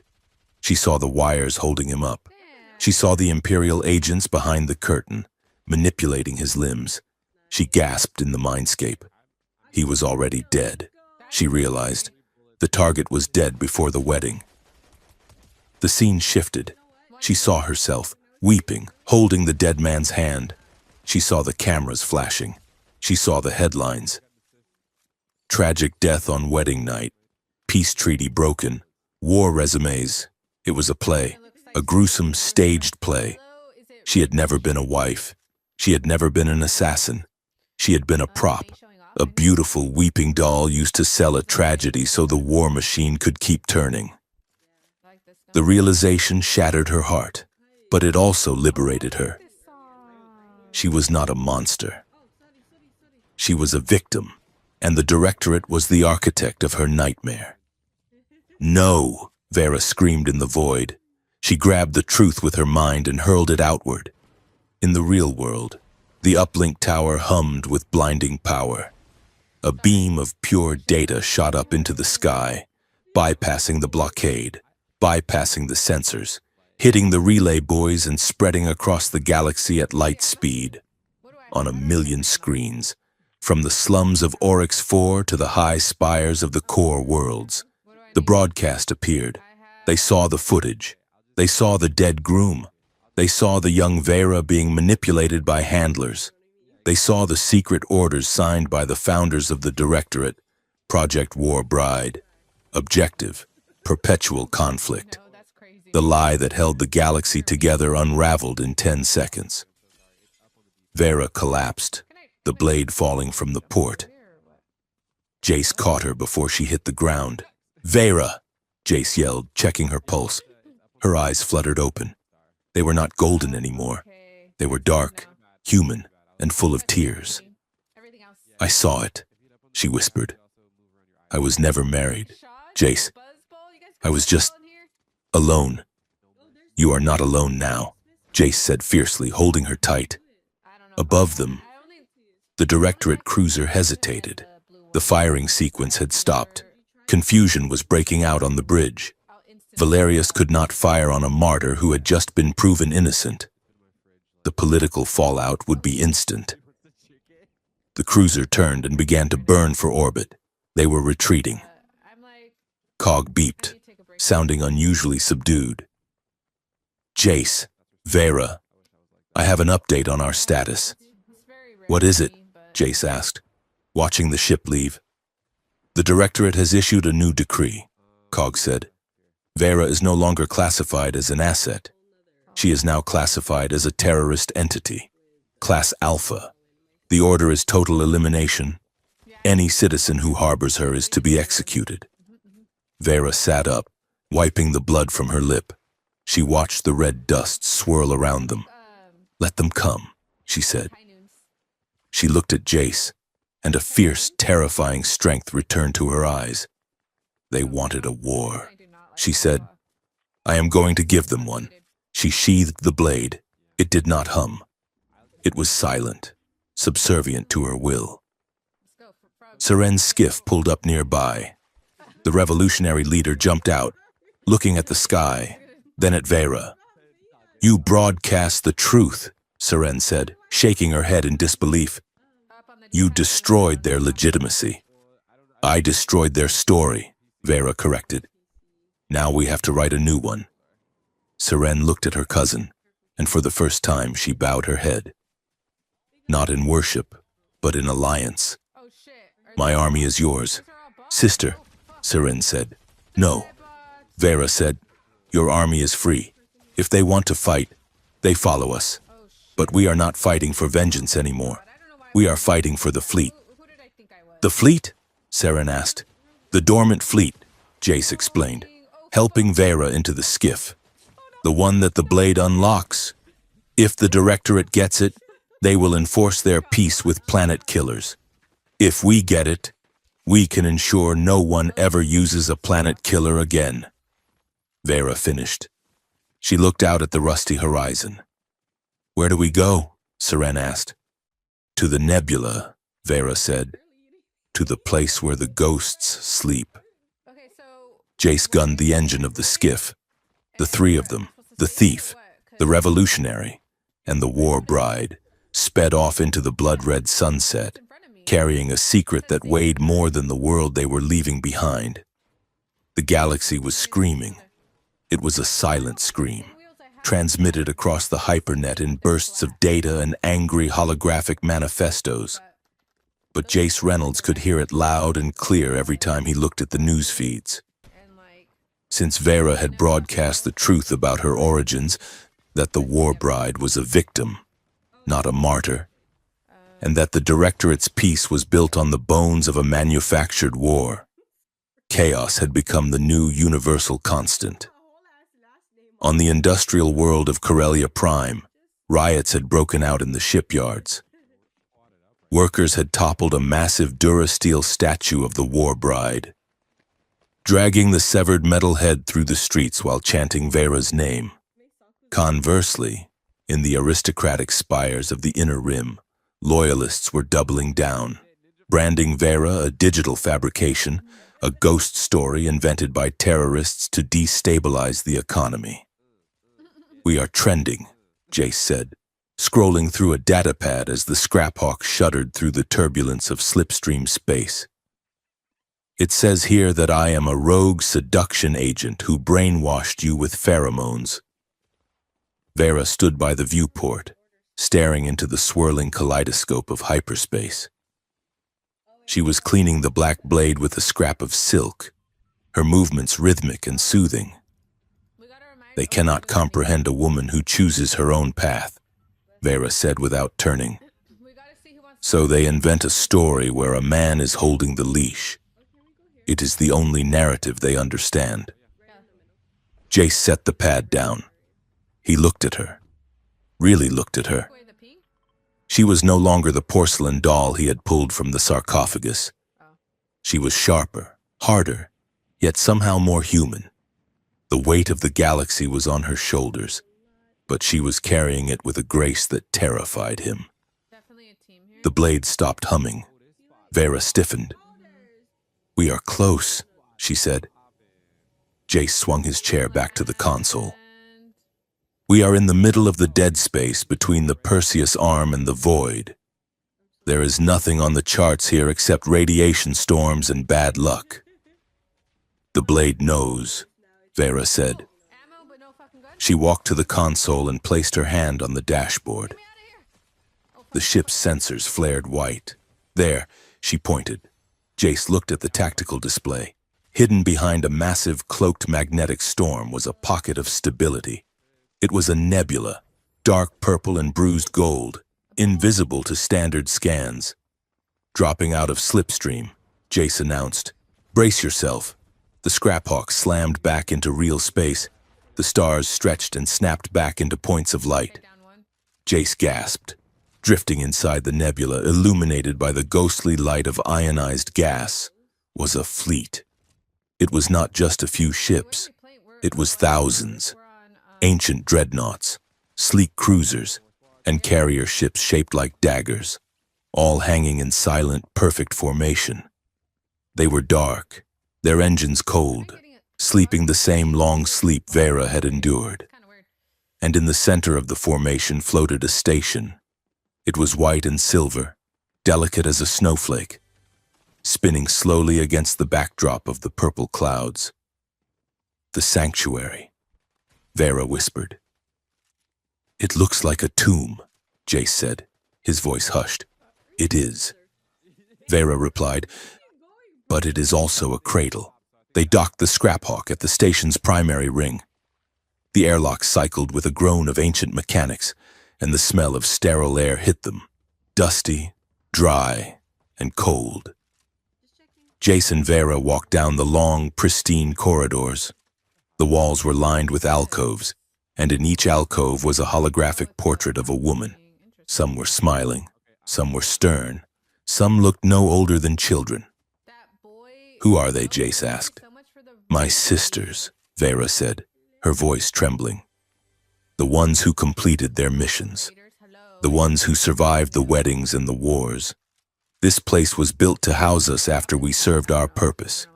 We were too dangerous to be let loose, so they locked us here. Thank you so much for the raid. A soft chime echoed through the hall. A pillar of blue light materialized in front of them, coalescing into the avatar of a woman. She wore the same ceremonial robes as the data priests, but her face was kind, lined with age and sorrow. Welcome home, Unit 7 Alpha, the avatar said. I am not a unit, Vera said, her hand resting on the hilt of her blade. I am Vera. The avatar tilted its head. Designation accepted. I am the caretaker. I have maintained the sanctuary for 215 years. I have waited for a key bearer. The caretaker looked at the blade, then at Jace. And you have brought a guest, a male. This is irregular. He is not a guest, Vera said. He is my anchor. The caretaker's eyes flashed with data streams. Analysis confirms elevated cortisol and dopamine levels. Bonding detected. Very well. Proceed to the core. The archives are ready for reintegration. Reintegration? Jace asked. Vera looked at him. My memory is still fragmented. Jace. I remember the pain, and I remember the lies, but I do not remember the training. I do not remember how they broke me. I need to see it. I need to know exactly what they took so I can take it back. They entered the core, a circular room dominated by a neural interface chair. It looked uncomfortably like an electric chair made of diamonds. Vera sat down. The caretaker interfaced with the room, and the lights dimmed, initiating memory recall. The caretaker announced, "Warning, emotional trauma levels are critical." Vera closed her eyes. Suddenly, the room was filled with projections. It was an immersive hologram, pulling Jace into Vera's mind. He saw a white room. He saw a young girl, Ilara, sitting at a desk. Standing over her was a woman with a kind face and cold eyes. Again, the woman said softly, "Smile, Ilara. He needs to believe you love him." "I am trying," the girl whimpered. "Trying is not enough," the woman said. She reached out and stroked the girl's hair with a gentle, loving hand. "If you do not make him love you, thousands will die. Do you want their blood on your hands? You are the vessel of peace, little one. Your heart is a tool. Sharpen it." The scene shifted. Jace saw the teenage Vera training in a courtyard. She was sparring with the instructor. She disarmed him, holding a knife to his throat. "Good," the instructor said. "But you hesitated. Why?" "He is my friend," Vera said. "Friends are potential targets," the instructor replied. He backhanded her, hard. She fell to the ground, bleeding. The instructor knelt beside her, wiping the blood away with a handkerchief, his touch incredibly tender. "I hurt you to save you, Vera. Love is a weakness. Use their love against them, but never feel it yourself. To feel is to fail." The scenes flashed faster. Conditioning, hypnosis, chemical injections disguised as vitamins, nights spent weeping in a locked cell, followed by days of being told she was a goddess, a savior, a bride. The cruelty was woven so tightly with affection that Jace felt sick. They had not just tortured her. They had gaslit her into believing that her slavery was the highest form of nobility. Jace watched as the projection showed the final ceremony. Vera, dressed in white, accepting the black blade, the programmers sealing her memories, locking Ilara away in a dark box in her mind, leaving only the weapon. The projection ended. The lights came up. Vera sat in the chair, shivering violently. Tears streamed down her face, but she made no sound. Jace rushed to her. "Vera." She looked up at him. Her eyes were wide, dilated with horror. "They made me think it was love," she whispered. "They touched me with kindness while they cut out my soul. Cruel tenderness. It is the most effective poison in the galaxy. She gripped Jace's arms, her fingers digging into his flight suit. That is why I was terrified of you, she said. Where are you going, boy? When you touched me. When you were kind. I thought it was the training starting again. Fuck. Oh, fuck. I thought you were another handler preparing me for a mission. Fuck. I was trying to... Jace's heart broke. He knelt in front of her, looking up into her face. Yeah, frogs are Vera. playing with us. Look at me. I am not a handler. Oh my god. I am a screw-up salvage pilot who is way out of his depth. I do not want you to save the galaxy. I do not want you to kill anyone. I just want you to be okay. Yeah, I'm right here. He looked down at his hands, admitting the fear that had been gnawing at him since the archive.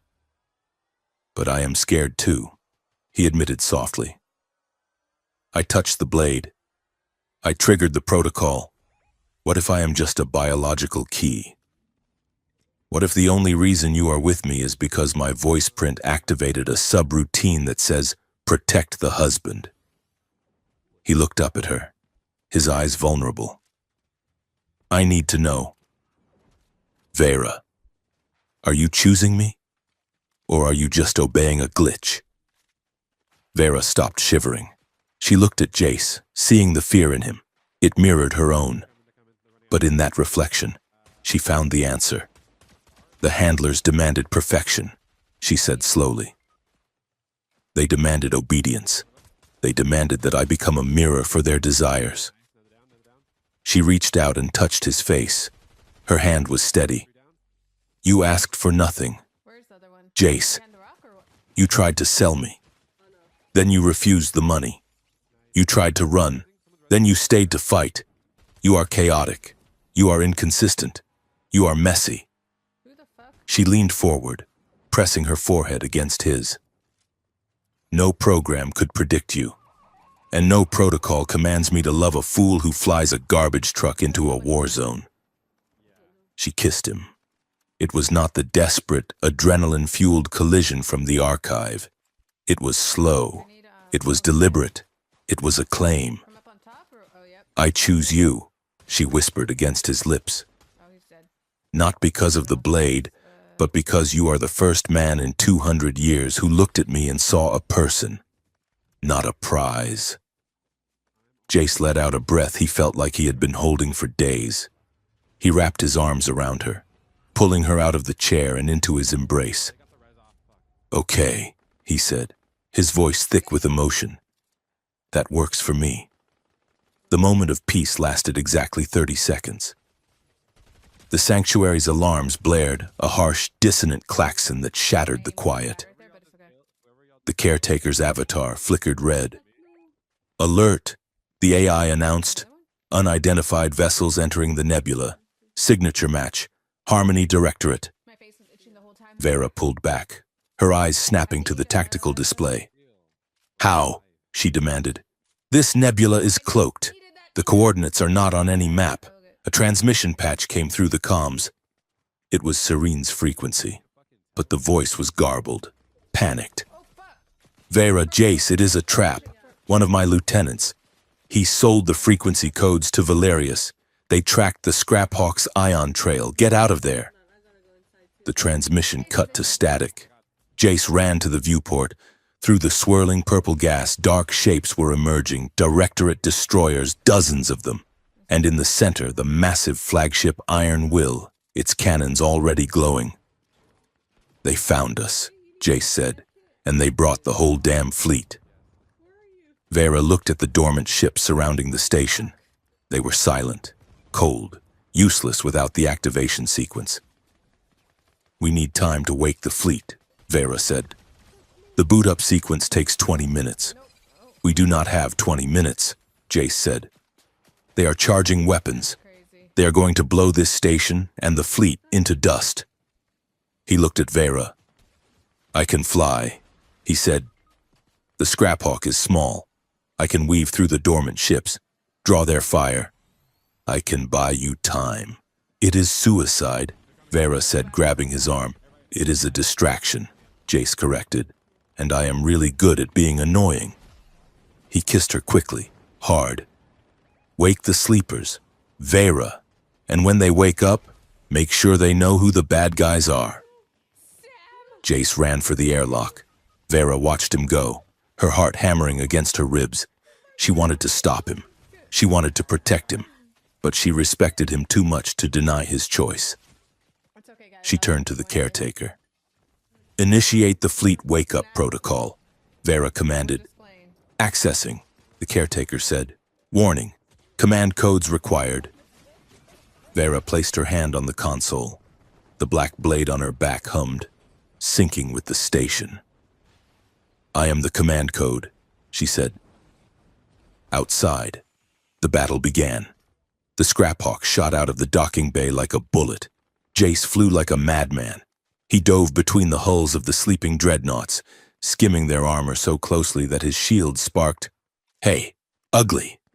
Jace shouted over the open frequency. Over here. Come and get me. The Directorate destroyers took the bait. They opened fire.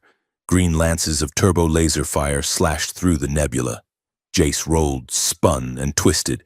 Explosions blossomed around him, vaporizing the gas into glowing clouds. Cog was screaming in the cockpit.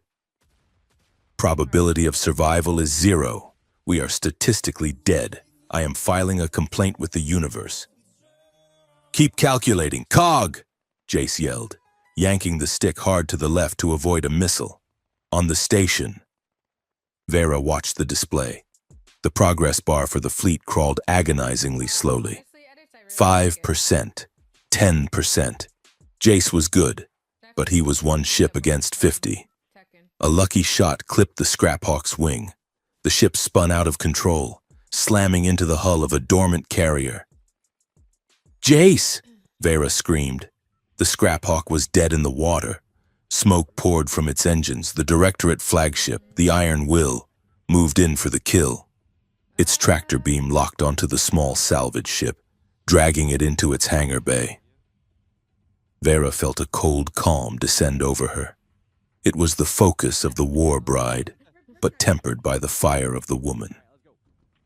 They have him, she whispered. She looked at the progress bar. 15%. She looked at the blade. Caretaker, keep the sequence running, Vera said. Where are you going? The AI asked. To negotiate, Vera said. She went to the airlock. She did not take a ship. She took a boarding pod, a single-person projectile meant for rapid insertion. She launched herself. The pod was a silver needle in the dark. It flew straight at the Iron Will, ignoring the destroyers, ignoring the flak.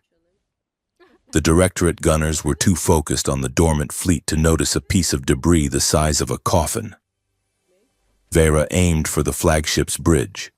At the last second, she fired the retro thrusters and breached the hull just below the command deck. She exploded into the corridor in a cloud of smoke and depressurization. Alarms blared. Soldiers in black armor rushed around the corner. Target acquired. Fire! Vera moved. She was a storm. She deflected the blaster bolts with the flat of her black blade. Those are bots. She closed the distance in a heartbeat. But she did not kill. She struck with the pommel. She shattered rifles with the edge of her blade. She threw soldiers into walls with precise, non-lethal force. She moved through them like water through stones. She reached the blast doors of the bridge. She did not hack them. She drove the black blade into the lock, the energy field melting the steel. She kicked the doors open.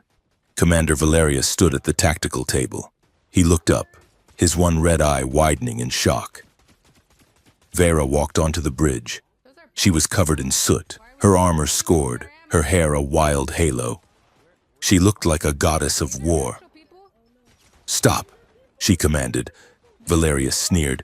You are one woman. I have a legion. You have fear, Vera said. She raised the blade, but she did not point it at him. She pointed it at the main console, the fire control for the entire fleet. With a single, fluid motion, she drove the blade into the console. Sparks showered the bridge. The holographic displays flickered and died. The weapon systems of the Iron Will went offline. "You fool!" Valerius shouted, drawing his pistol.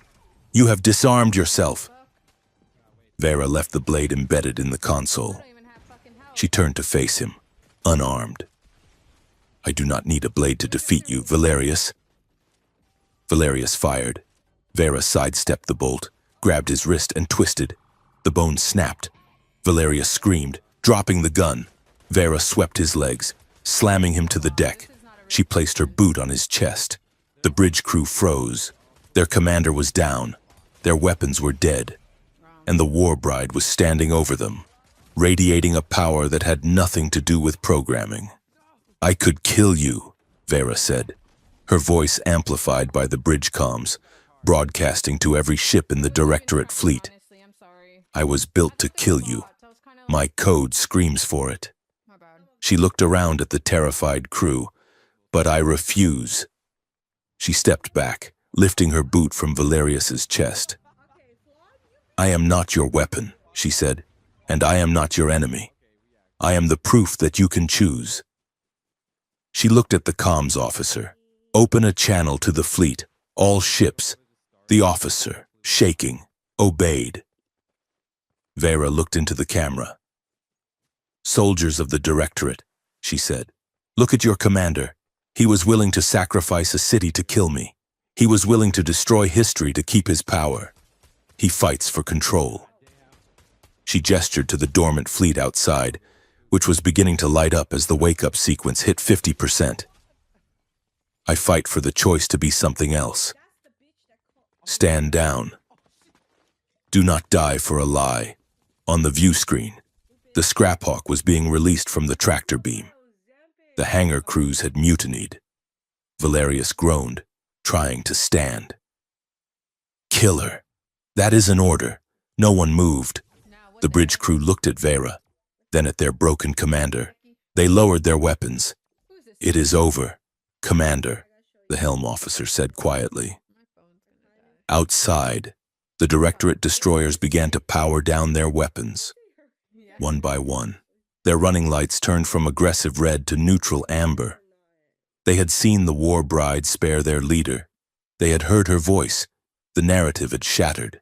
For what? For like Vera walked back to the console and pulled her blade free. She tapped her comms.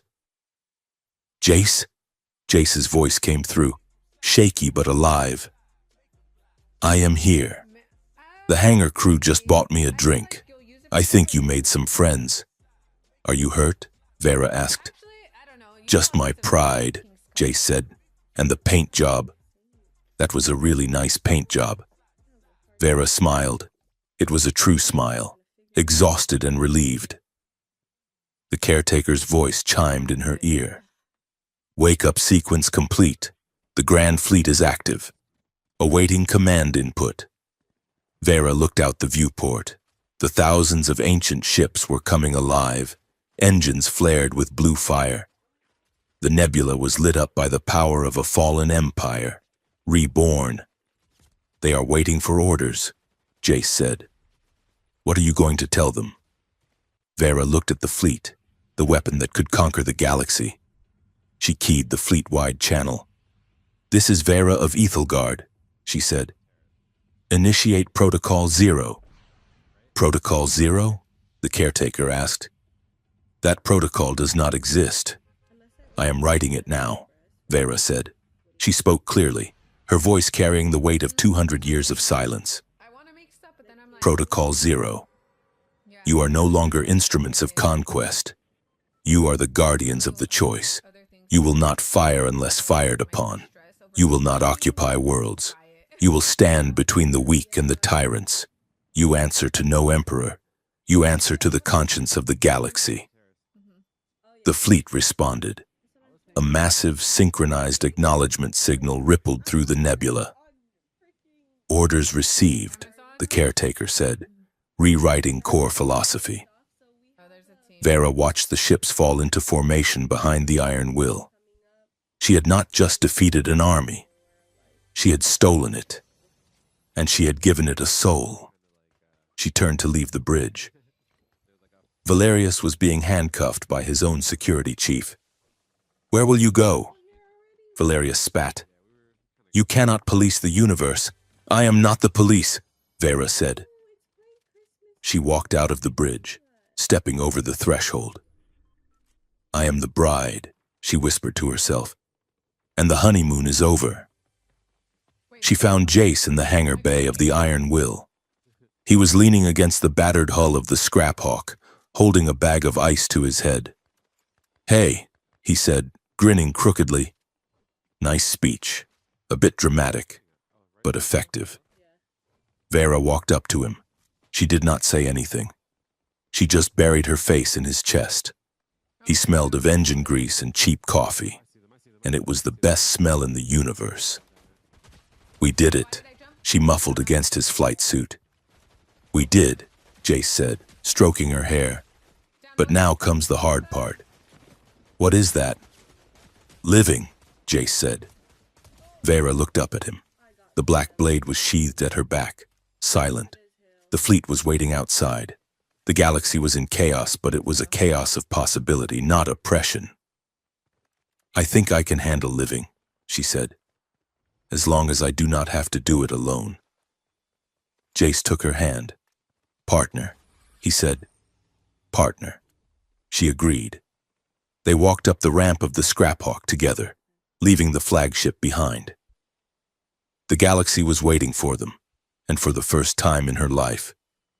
Vera was eager to meet it, not as a weapon, but as a woman who had finally woken up. The conference table was a slab of polished obsidian floating in the center of the sanctuary's grand hall. Around it sat the architects of a fragile, impossible future. To the left sat Admiral Krell, the highest-ranking defector from the Harmony Directorate, looking uncomfortable in a uniform stripped of its imperial insignias. To the right sat Seren, sharpening a combat knife on the edge of the table, representing the Revolutionary Front. Between them were the nervous representatives of the trade guilds, who were mostly concerned with how freedom would impact their profit margins. And at the head of the table stood Vera. She wore no armor today. She was dressed in a simple tunic of gray weave, the uniform of a mechanic or a laborer. The black blade was sheathed at her hip, but she did not rest her hand on it. We are not here to decide who rules, Vera said, her voice projecting clearly across the room without the aid of a microphone. We are here to decide how to ensure no one ever rules again. Admiral Krell cleared his throat. With all due respect, Lady Vera, this proposal of yours is radical. A decentralized protection pact. A fleet with no commander? It is chaos. The galaxy needs a strong hand. The galaxy has had a strong hand around its throat for 200 years. Vera replied coolly. It nearly choked to death. She tapped the surface of the table, bringing up a holographic schematic of the dormant fleet that now orbited the station. The fleet will remain active, Vera explained, but it will not answer to a capital city. It will not answer to a general. It will answer to a rotating council of oversight, drawn from every system by lottery. The ships will act only as a shield. If any system attacks another, the fleet intervenes to stop the aggression, then withdraws. It is not an instrument of conquest. It is a circuit breaker for war. Seren snorted. A lottery? You want to hand the keys of a planet killer to a moisture farmer from Tatooine 6? I would trust a farmer with a gun more than I would trust a politician. Vera said, a farmer knows the cost of burning a field. A politician only knows the profit. Jace Reynolds stood in the back of the room, leaning against a pillar. He was wearing his best jacket, which was only slightly stained with engine grease. Cog hovered over his shoulder. She is doing well, Cog whispered, although her polling numbers among the authoritarian demographic are plummeting. She is not trying to be popular, Jace whispered back. She is trying to be right. The debate raged for hours. It was messy, loud, and frustrating. There were threats of walkouts. There were accusations of betrayal. The trade guilds threatened to embargo the new coalition unless they received tax exemptions. Run, look at me. Seren threatened to gut the admiral if he looked at her wrong, but Vera held the center. She was patient. She listened to their greed and their fear, and she dismantled their arguments with the same surgical precision she used in combat. She did not use the blade. She used the truth. "We are all afraid," Wait, what? Vera said during a lull in the shouting. "We are afraid that without a master, we will eat each other. But look outside." She gestured to the viewport, By himself? where thousands of ships from rival factions were docked side by side, Cheers. repairing each other's hulls. What about "The soldiers are tired of dying for your theories," Oh, fuck. she said. "If we leave this room without a treaty, they will not start fighting again. They will leave, and you will be generals without armies." I got it. The silence that followed was heavy. Krell looked at Seren. Seren looked at the guilds. Slowly, grudgingly, heads began to nod. "We will try it," Krell grumbled. "For a probationary period of 6 months. 1 year," Vera corrected. "It takes a year to grow a crop. It takes a year to heal a bone. It will take a year to learn how to trust." Come on. Just as Krell reached for the digital stylus to sign the pact, the lights in the grand hall flickered. Toxic. The holographic display in the center of the table warped. Alright. The schematic of the fleet vanished, replaced by a face. It was a face Jace recognized from the history books, though he had never seen it moving.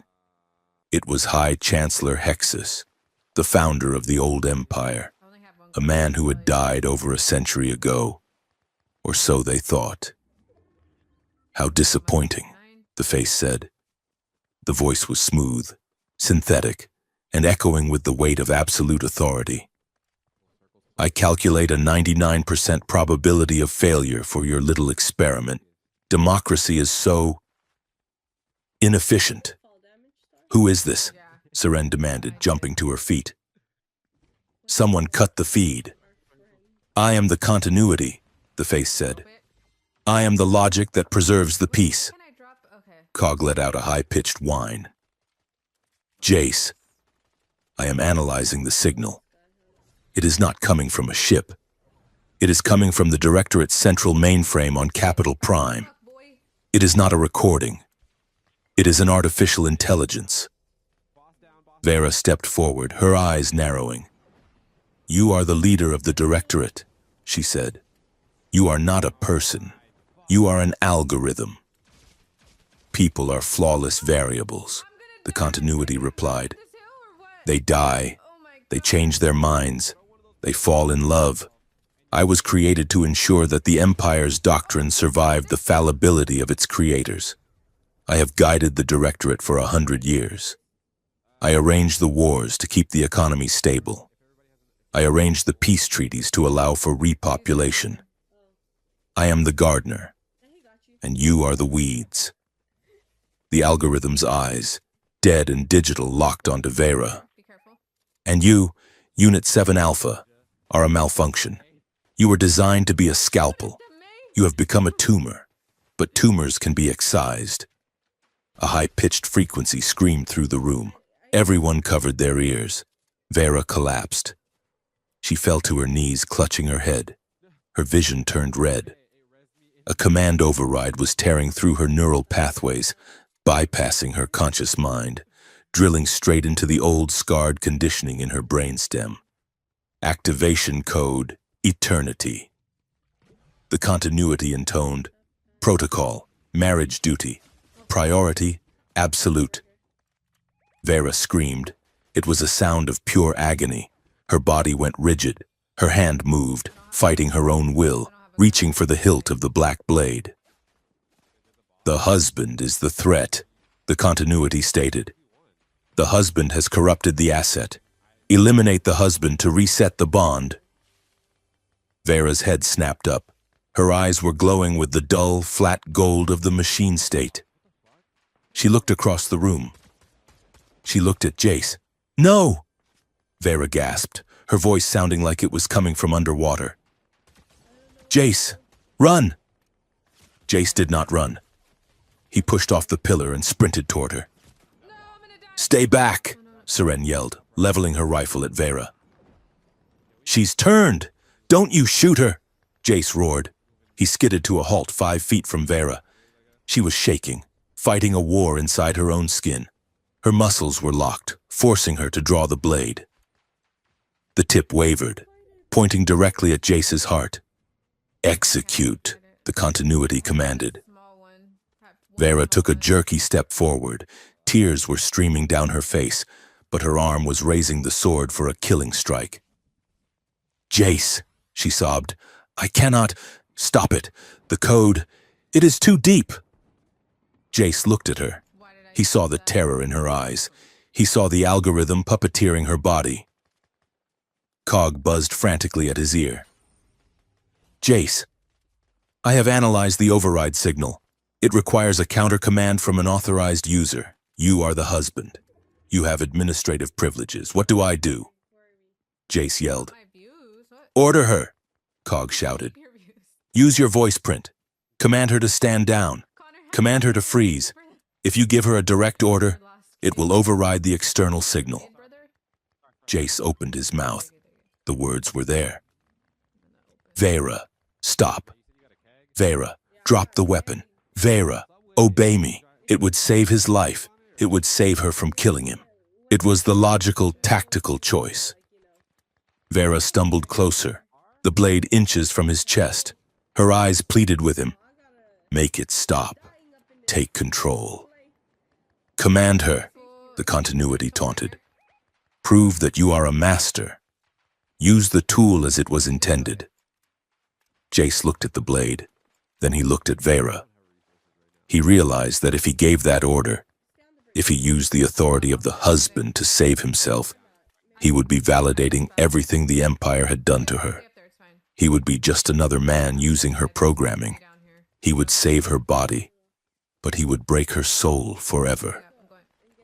No, Jace whispered. He lowered his hands. He stepped into the range of the blade.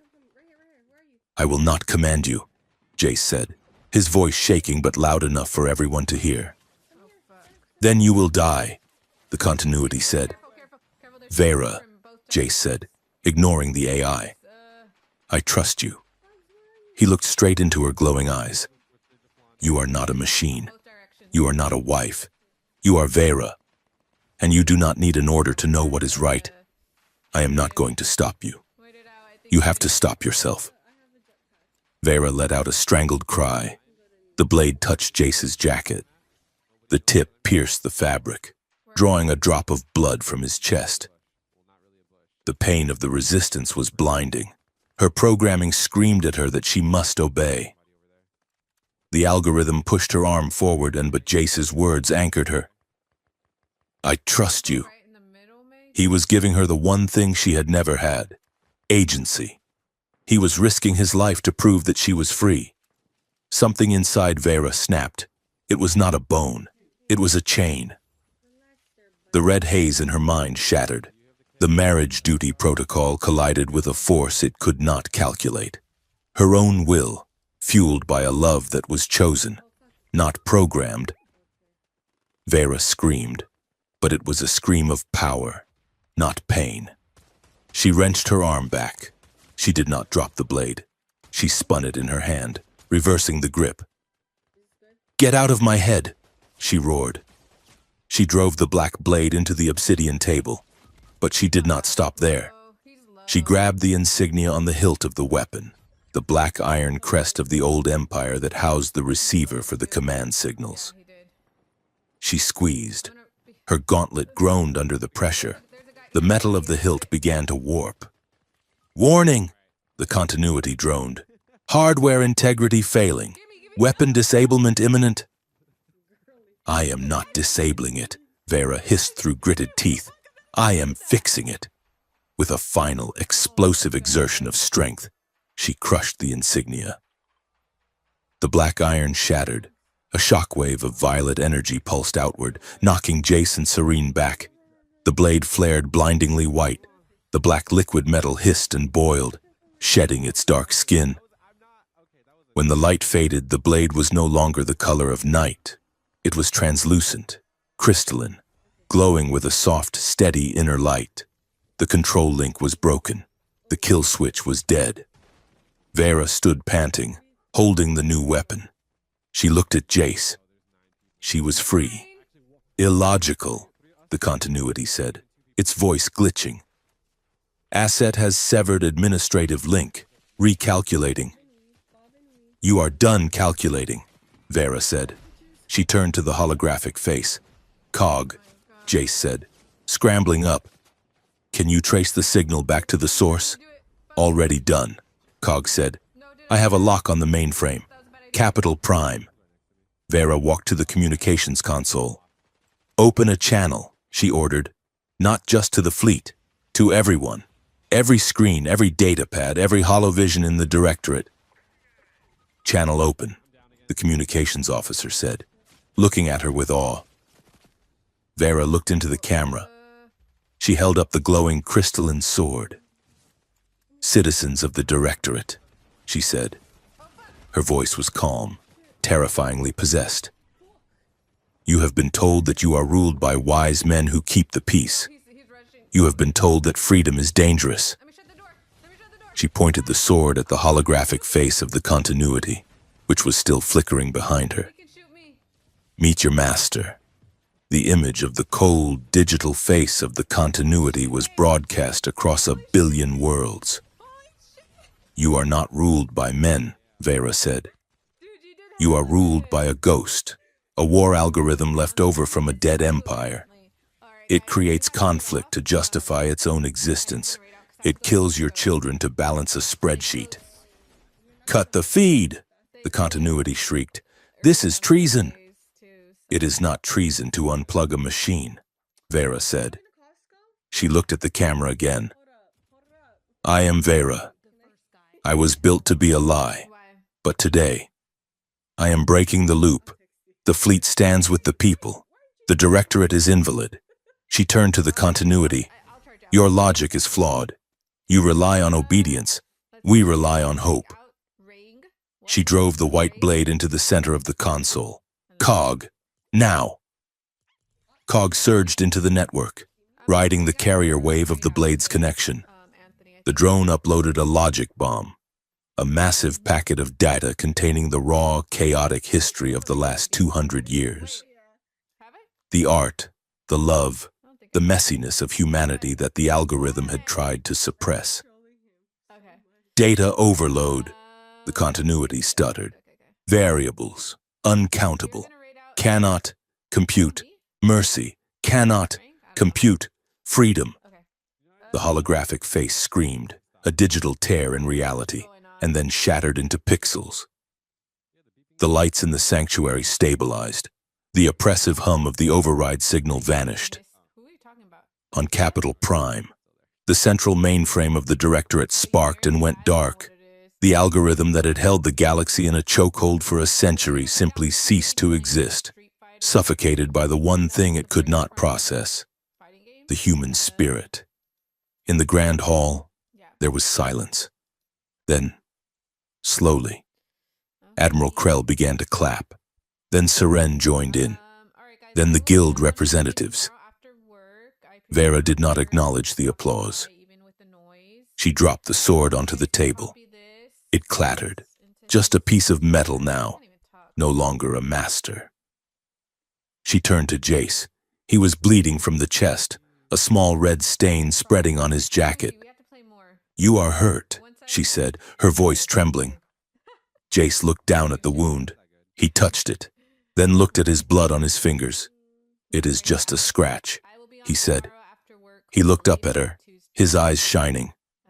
You stopped, he whispered. You broke the code. You trusted me, she said. You gave me the choice. That was the key. Jace. Not a voice command, a choice. She walked to him and took his face in her hands. She kissed him, ignoring the Admiral, ignoring the politics, ignoring the galaxy that was watching. I love you, she said. And that is not a protocol. That is me. I love you too, Jace said. Now, Can we please get a drink? I think I just saved the galaxy and I am very thirsty. The aftermath was not a fairy tale. It was messy. It was difficult. It was real. The directorate did not vanish overnight, but without the algorithm to coordinate them, the regional governors quickly turned on each other or surrendered to the new coalition. The pact of glass that Vera had proposed became the foundation of the new government, a messy, loud, argumentative democracy that barely worked, but worked just enough. The Grand Fleet remained in the nebula, a silent guardian. The captains were chosen by lottery, just as Vera had demanded. The first rotation included a school teacher, a retired miner, and ironically, a former pirate who took the job very seriously. 6 months later, on the edge of the core systems, there was a quiet garden moon. It was a place of white stones and flowing water. Vera walked through the rows of black obsidian pillars. Each pillar bore a name, or, more accurately, a designation. Unit 3 Beta, Unit 9 Delta, Unit 1 Alpha. These were the war brides who had not survived, the ones who had burned out, or been executed, or died on their wedding nights. Vera stopped at a blank pillar. She took a small laser etcher from her pocket. With a steady hand, she carved a name into the stone. Ilara. She stepped back. You are not forgotten, she whispered to the wind, and you are not a number. You were a girl who deserved better. We all did. She felt a hand on her shoulder. She did not flinch. She knew the weight of that hand. Jace stood beside her. He was wearing civilian clothes, a simple jacket and trousers. He looked healthy, though he still had a small scar on his chest. Are you okay? He asked softly. Vera nodded. I am saying goodbye to the ghosts. She looked at the field of pillars. I spent so long thinking I was a weapon that I forgot I was also a survivor. They tried to bury us. Jace. But we were seeds. Jace squeezed her shoulder. The council wants you to speak at the inauguration tomorrow, he said. They want to give you a title. Protector of the realm or something equally pompous.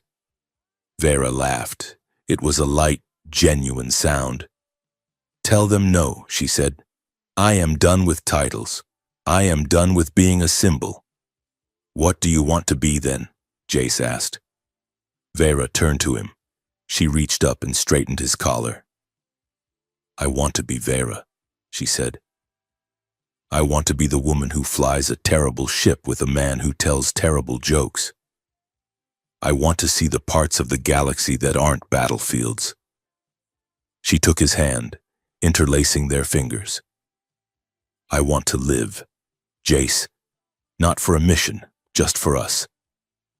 Jace smiled. He kissed her forehead. Well, the scrap hawk is fueled up, he said. Cog fixed the hyperdrive. He says there is a 90% chance we will not explode if we leave within the hour. Those are good odds, Vera said. They turned away from the memorial, walking back toward the landing pad. The sun was setting, casting long golden shadows across the grass. Vera paused for a moment, looking back at the galaxy rising in the sky above them. It was vast, dangerous, and beautiful. She touched the hilt of the white blade at her side. It was just a tool now, a piece of metal she carried, not a burden that carried her. She realized then the final truth of her long, strange journey. The Empire had tried to make her the deadliest weapon in existence. They had forged her in pain and cooled her in ice, but they had failed. The deadliest weapon was not the blade. It was not the fleet. It was not the algorithm. It was the courage to stand in the fire and refuse to burn. It was the courage to reclaim your own name, your own heart, and your own future. Vera smiled, turning back to Jace. Ready? She asked. Always, he said. They walked up the ramp together. The the door closing on the past, and launched into the open sky.